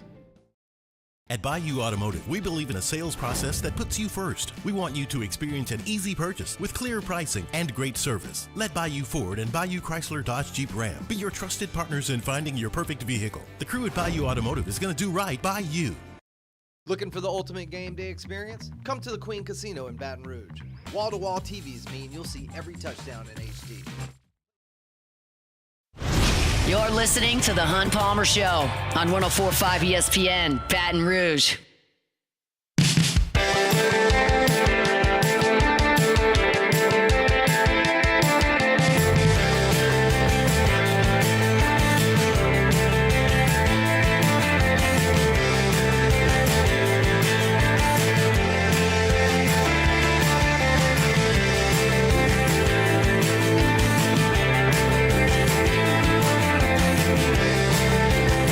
All right, LSU and Kentucky, Rupp Arena tonight. One of the venues in the Southeastern Conference I would like to visit one of these years. I don't have a ton of interest in going tonight, quite frankly. But I will want to go at some point, and I think I will make it at some point. Maybe when LSU is not 3-13 in the league. That's my guess. But they will play tonight at 6 o'clock, and I've got some thoughts on this game. Mark Pope has done a pretty good job with Kentucky in his first season at the helm. They badly needed a shot of life, and he's given them a little bit of that. They're 19-10 on the season. They're they're 8-8 in Southeastern Conference play. They've got some really good wins. They beat Florida at Rupp to open SEC play 106-100. That's that 2-hour window. Watching that game on my couch, I watched it and I went, this is not good. This is not good for LSU. Because I had been watching LSU for 2 months, and I watched that game and I went, that looks different. And I didn't know it was 3-13, probably 3-15 at the end, but it was evident to me that was a little bit different game. And so that was a good win for Kentucky. They went to Mississippi State and beat them 95-90.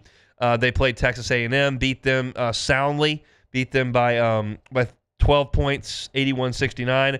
They went to Knoxville and beat Tennessee by 5, and they beat Tennessee at Rupp by 11. So a sweep of the Vols for Kentucky. Impressive stuff there for the Cats. A couple bad losses. Arkansas at home is not a good loss for Kentucky, and they went to Georgia and got beat by 13 points, which isn't a great loss either. But it's been a good team, and it's a really offensive team under Mark Pope. They run some really good stuff. They get open looks. They're dynamic. They play in transition a good bit. They're fun to watch offensively. They had a tough blow last week. Jackson Robinson, who's their number 2 scorer, came from BYU with Mark Pope, is out for the year. He's got a wrist injury, not going to return, but they've still got options. This is the number 10 offensive efficiency team in the country. This is a team that plays very fast. They're 26th in the country in pace. This is a team that scores a ton of points. They're 4th in the country in points per game. They make a lot of threes. They're 34th in the country in threes made. And one of the things I like about this Kentucky offense that Mark Pope's got them running, they are not in the top 100 in the nation in a percentage of their points they get from twos, threes, or free throws. So they don't rely on any of those more so than the other. And I think that's a really quality sign for an offense. They don't offensive rebound it great. They're 178th in the country. That's good for LSU.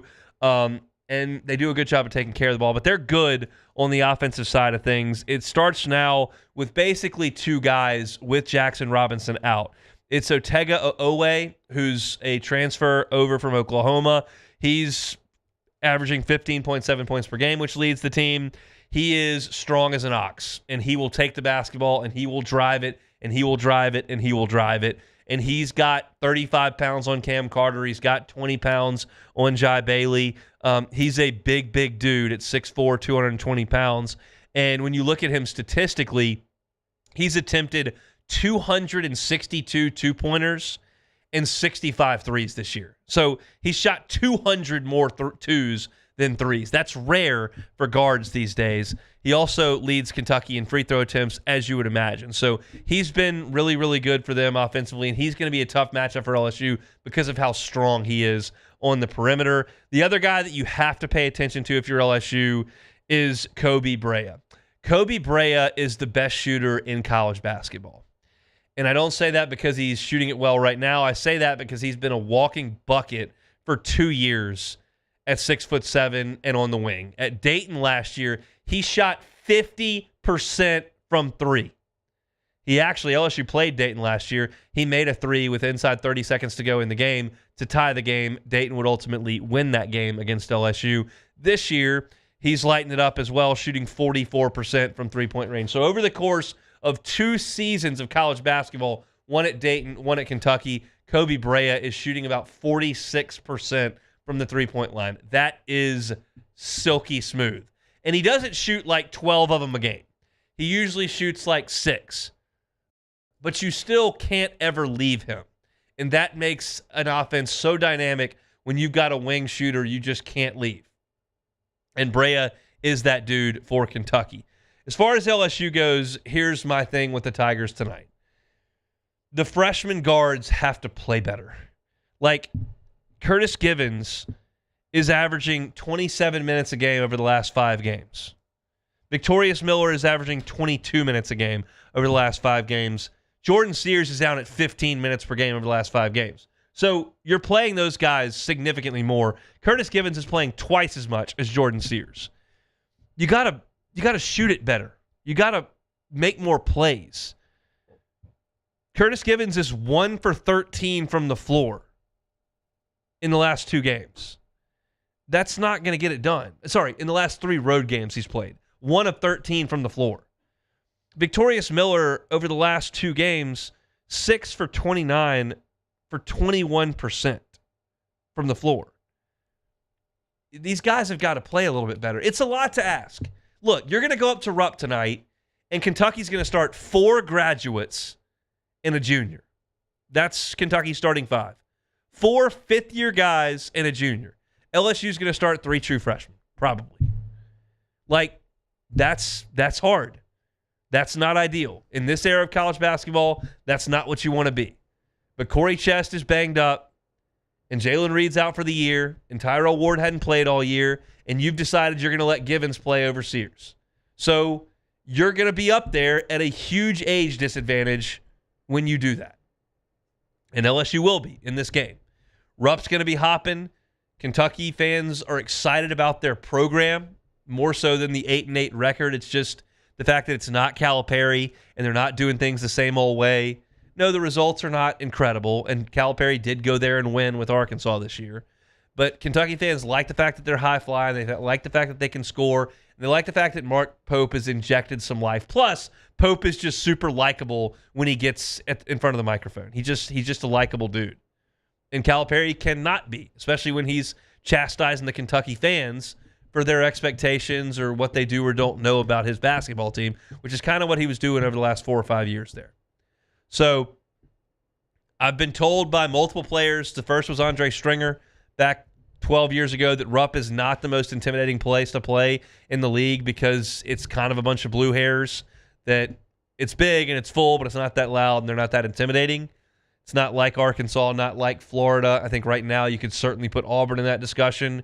It's not quite like that at this point, but it's still going to be 20,000. They still lead the nation in attendance this year. It's going to be full tonight, and LSU will have their hands full with an old team playing with a chip on their shoulder with one of their guys out for the year. It's going to be tall sledding for LSU here, and there's a reason LSU is a 12-point dog in this game. You've heard me say over the last couple of times that LSU's gone on the road, I can't in good conscience pick LSU against the spread. I would actively pick Kentucky against the spread tonight. Unless that thing swelled up to like 15, I would be taking the Cats. I don't think LSU is going to slow Kentucky down much, and I think Kentucky can make things hard on Cam Carter. And I think the way that Victorious Miller and Curtis Givens have often played on the road, Miller had a good game too back, but have often played on the road, like this feels to me like 88-65. Like that's what it feels like to me. Yeah, and you know, I know you mentioned that they don't offensively rebound the ball that well, but they do have 2 guys that are going to present problems to LSU. Amari Williams is 7'2", 262. He averages 8, almost 9 rebounds a game. He's going to be a problem on the offensive glass. He is. And Andrew Carr is 6'11", 235. LSU doesn't really have anybody that's going to be able to stop them if they do decide to actually attack the offensive glass. Because I even feel like even when we've seen teams that aren't necessarily that prolific offensive rebound the ball, I think that they make it a point to say LSU is not good at clearing the board, so let's attack the glass. So I am worried about Amari Williams and Andrew Carr on the offensive glass, and then just rebounding in general, of course, has been a very bad problem for LSU. So that worries me too. They were better on Saturday, and they just didn't stop Mississippi State from scoring most times. Yeah. And I think that probably had something to do with why their offensive rebounding numbers weren't that good, because they didn't miss very many shots. Yes. Hard to get offensive rebounds when you make it. So that's a look at LSU and Kentucky from Rupp tonight. I don't have super high hopes for the Tigers, but I'll be watching. I'll also be at Sports Trivia tonight. It is Mardi Gras, but if you're in town looking for something to do, want to watch the game, you can do so at Pizza by Roan's. We'll be there on Perkins. Always an enjoyable time. We've kind of gotten into a flow the last couple of weeks, and we'll be back at it 8 o'clock. It has been 8:30 for 10 years. If you have ever come, we're at 8 o'clock, Pizza by Roan's on Perkins. Watching the game. I'll be winning some gift cards, drinking some cold beer. They've got wings and some great pizza as well. So come on by and see us. Hopefully the weather is blowing through, and we should have an enjoyable evening tonight at Pizza by Roan's, 8 o'clock for Sports Trivia. Let's come back and close it out. Hunt Palmer Show. The Hunt Palmer Show. There it is, the extra mile. On the border of expected and extraordinary for those willing to go further. Like vans customized for work or play. With safety and tech to keep you connected. Supported by a 5-star sales, service, and finance team. And backed by the 1-star you know. So go the extra mile. It's never crowded because so few have what it takes to go there. Mercedes-Benz Vans. The Windsor Senior Living Community in Mandeville, Louisiana is a beautiful, vibrant apartment community geared toward seniors. They are nestled right in the heart of Mandeville, where seniors live a more carefree lifestyle in spacious apartments with the peace of mind that comes from having a little extra help. Call the Windsor at 985-624-8040 to schedule a lunch and tour. Come see how the Windsor can be your passport to peace of mind. Crime has serious consequences, but anyone can make a mistake. If you find yourself in trouble with the law, know that you have rights, and it's okay to demand them. The law offices of O.C. Brown are here to protect you and your rights. Felony or misdemeanor, DUI or drug charge. No matter what crime you're accused of, you still have rights. Let the law offices of O.C. Brown uphold them. Call 225-343-1111. Your law firm for a lifetime. Jerry and Benny Payne began Central Plumbing Company out of their driveway in Tanglewood subdivision. 50 years later and 4 generations down the road, we continue to serve Baton Rouge and the surrounding areas for all of their plumbing needs. Residential, commercial, industrial, or hospitality, Central Plumbing is here 24/7, 365. We want to thank our customers, family, and friends for 50 years of success. And looking forward to 50 more. At Auctioner, we know healing is a team sport. That's why we've partnered with world-renowned orthopedic surgeon Dr. James Andrews to create the Auctioner Andrews Orthopedics and Sports Medicine Institute. Whether you're a professional athlete or a weekend warrior, our team of specialists are dedicated to getting you back in the game. So whatever your reasons are for reaching your personal best, we've only got one: you. Auctioner Andrews Institute. Long live you. Family owned and community driven. Service Chevrolet Cadillac, a legacy you can trust since 1972.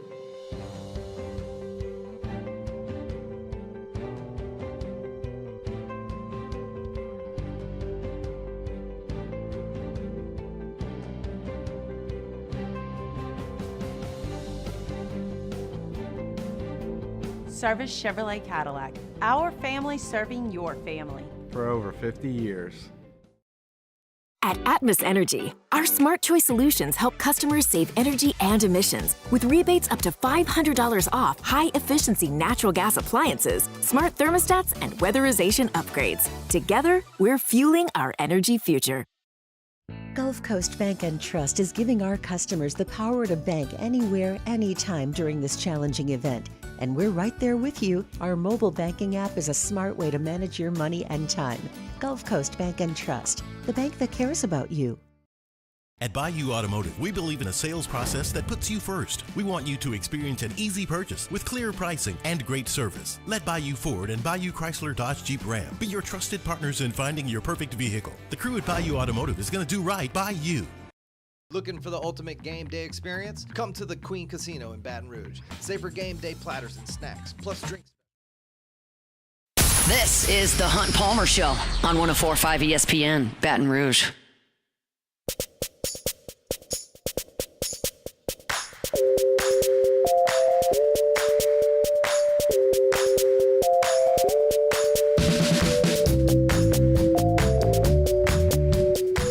join us at the Louisiana Outdoor Expo at the Lamar Dixon Expo Center from March 14th to the 16th. Head over to the front or back booth and to register for your chance to win a U10 New Canoe, a compact, versatile kayak perfect for fishing and hunting adventures. Visit 1045ESPN.com for details. Join LSU Athletics and the Tiger Athletic Foundation for Bayou Tradition's second annual gala, a Louisiana Saturday night featuring Jordan Davis on the field at Tiger Stadium Saturday, May 3rd. We are giving you on-field access. Register to win a spot at our table at 1045ESPN.com. Support LSU student-athletes' NIL opportunities and reserve your table at lsutaf.org/events. And also you can catch the Pels here on 1045 ESPN Baton Rouge. They are playing the Lakers tonight. Luka and LeBron at 9:30. A little bit of a late tip-off there on the road in LA. Pelicans coverage is brought to you locally by Industry Makes.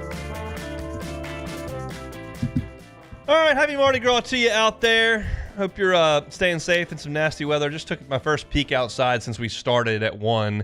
Looks a little bit ominous out there in Baton Rouge, but I don't see any significant wind out there. But apparently that is coming. I've been talking about it for the 2 hours, but I know that we've got a lot of turnover, especially on a day like today where people are in and out of their cars on potentially a day off. LSU still on for 6:30 tonight against North Dakota State. If they do have to move that around, they will potentially try to play a little bit later today. Not planning on playing a doubleheader tomorrow, and then North Dakota State will probably be out of the region, so not going to reschedule that one, but you could always backfill a game in a midweek somewhere if you would like to. I know you can find a dancing partner there that is looking for a game. So still planning on playing at 6:30 tonight, LSU and North Dakota State from the box. You can hear that one on our sister station, 100.7 The Tiger, because basketball will be only on 8.1 tonight up in Lexington. All right, Beck, take it or leave it. Take it or leave it. Take it or leave it. Today's hottest stories in sports, news, and sometimes even Hunt's life. The question is, will he take them or leave them? Just take it. All right, first one here. The Eagles signed Saquon Barkley to a 2-year, $41 million extension, making him the highest paid running back. Take it or leave it? Take it. I'll take it. I think a 2-year deal is good for running back. You don't want to spend you don't want to put too many years on a deal, but Saquon's the best running back in the league. He's going to be in his prime for those 2 years. You've obviously proven you've got a team that makes him very, very usable and very effective, and I think that's making your team better. So, yeah, I'm all for it. And the Giants stink, don't they? The Giants are not good. All right, next one here. I saw this actually, too. Kyrie Irving tore his ACL in the game last night for the Mavs. I believe they lost. I'm not certain on that, but I'm pretty sure they did because they're losing almost every game now. It doesn't matter if they lost or not. But either way, yeah, he tore his ACL. It was pretty crazy to see him actually shoot the free throws after that, though, which was impressive stuff. But Mavs fans have had the worst month ever. Take it or leave it. I'll leave it. It can't be the worst month ever. Mike Greenberg actually tweeted about that, and I said the Oakland A's fans have had a pretty rough go in the last year because their team literally packed up and moved to a minor league ballpark down the street. That's not great. But this is a bad month for the Mavs fans. I will grant them that. You had a team that went to the NBA Finals last year. You trade a franchise player off of it. And one of the most overused terms in the entire sports lexicon generational player. Is generational player. He's a generational they player. They actually had a generational player. If you're a Mavs fan, to have that guy, that's like a 20-year run of he's the best you're going to have. And he is gone now, and now you've got a guy you traded for who's already hurt, and the other piece to the puzzle is Kyrie, and he's hurt. Yeah, it's really bad. It's really bad.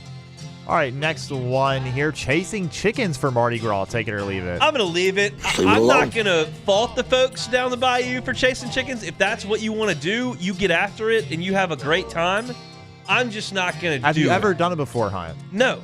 I've never done it in a Mardi Gras setting, but of course I do have chickens at home. And chasing chickens is not a very fun thing to do. They are fast, and it's not easy to catch them.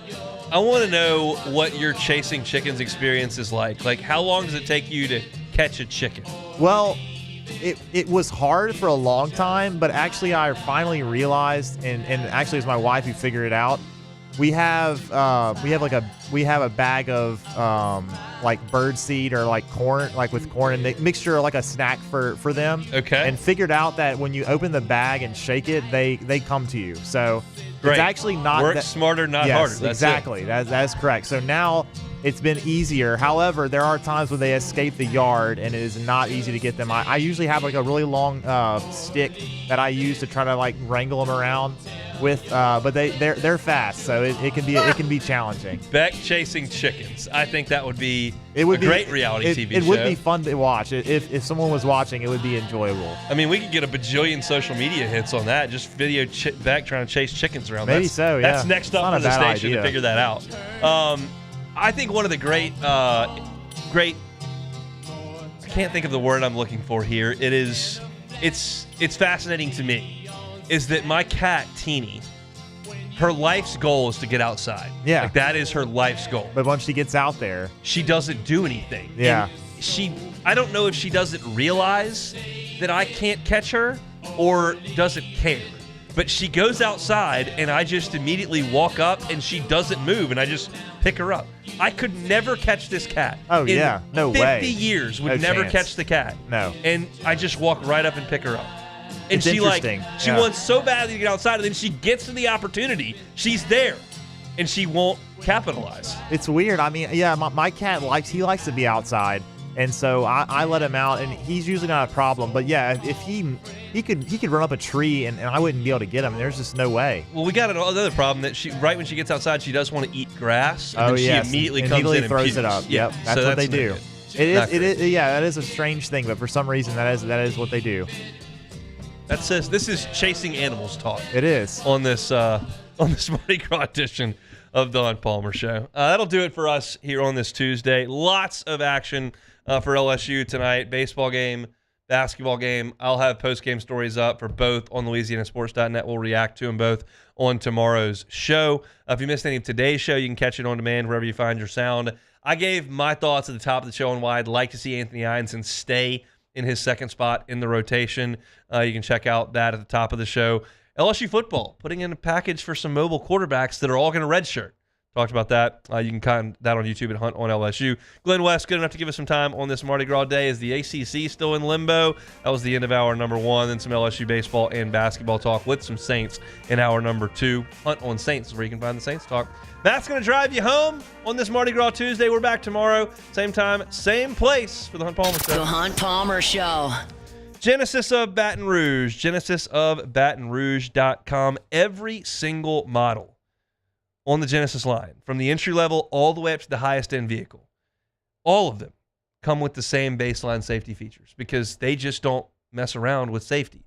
It's easy to get behind the wheel of a Genesis and understand how comfortable it is, how stylish it is, all the features that are right there at the touch of a button on your dash. Like, all that is very easy to discern.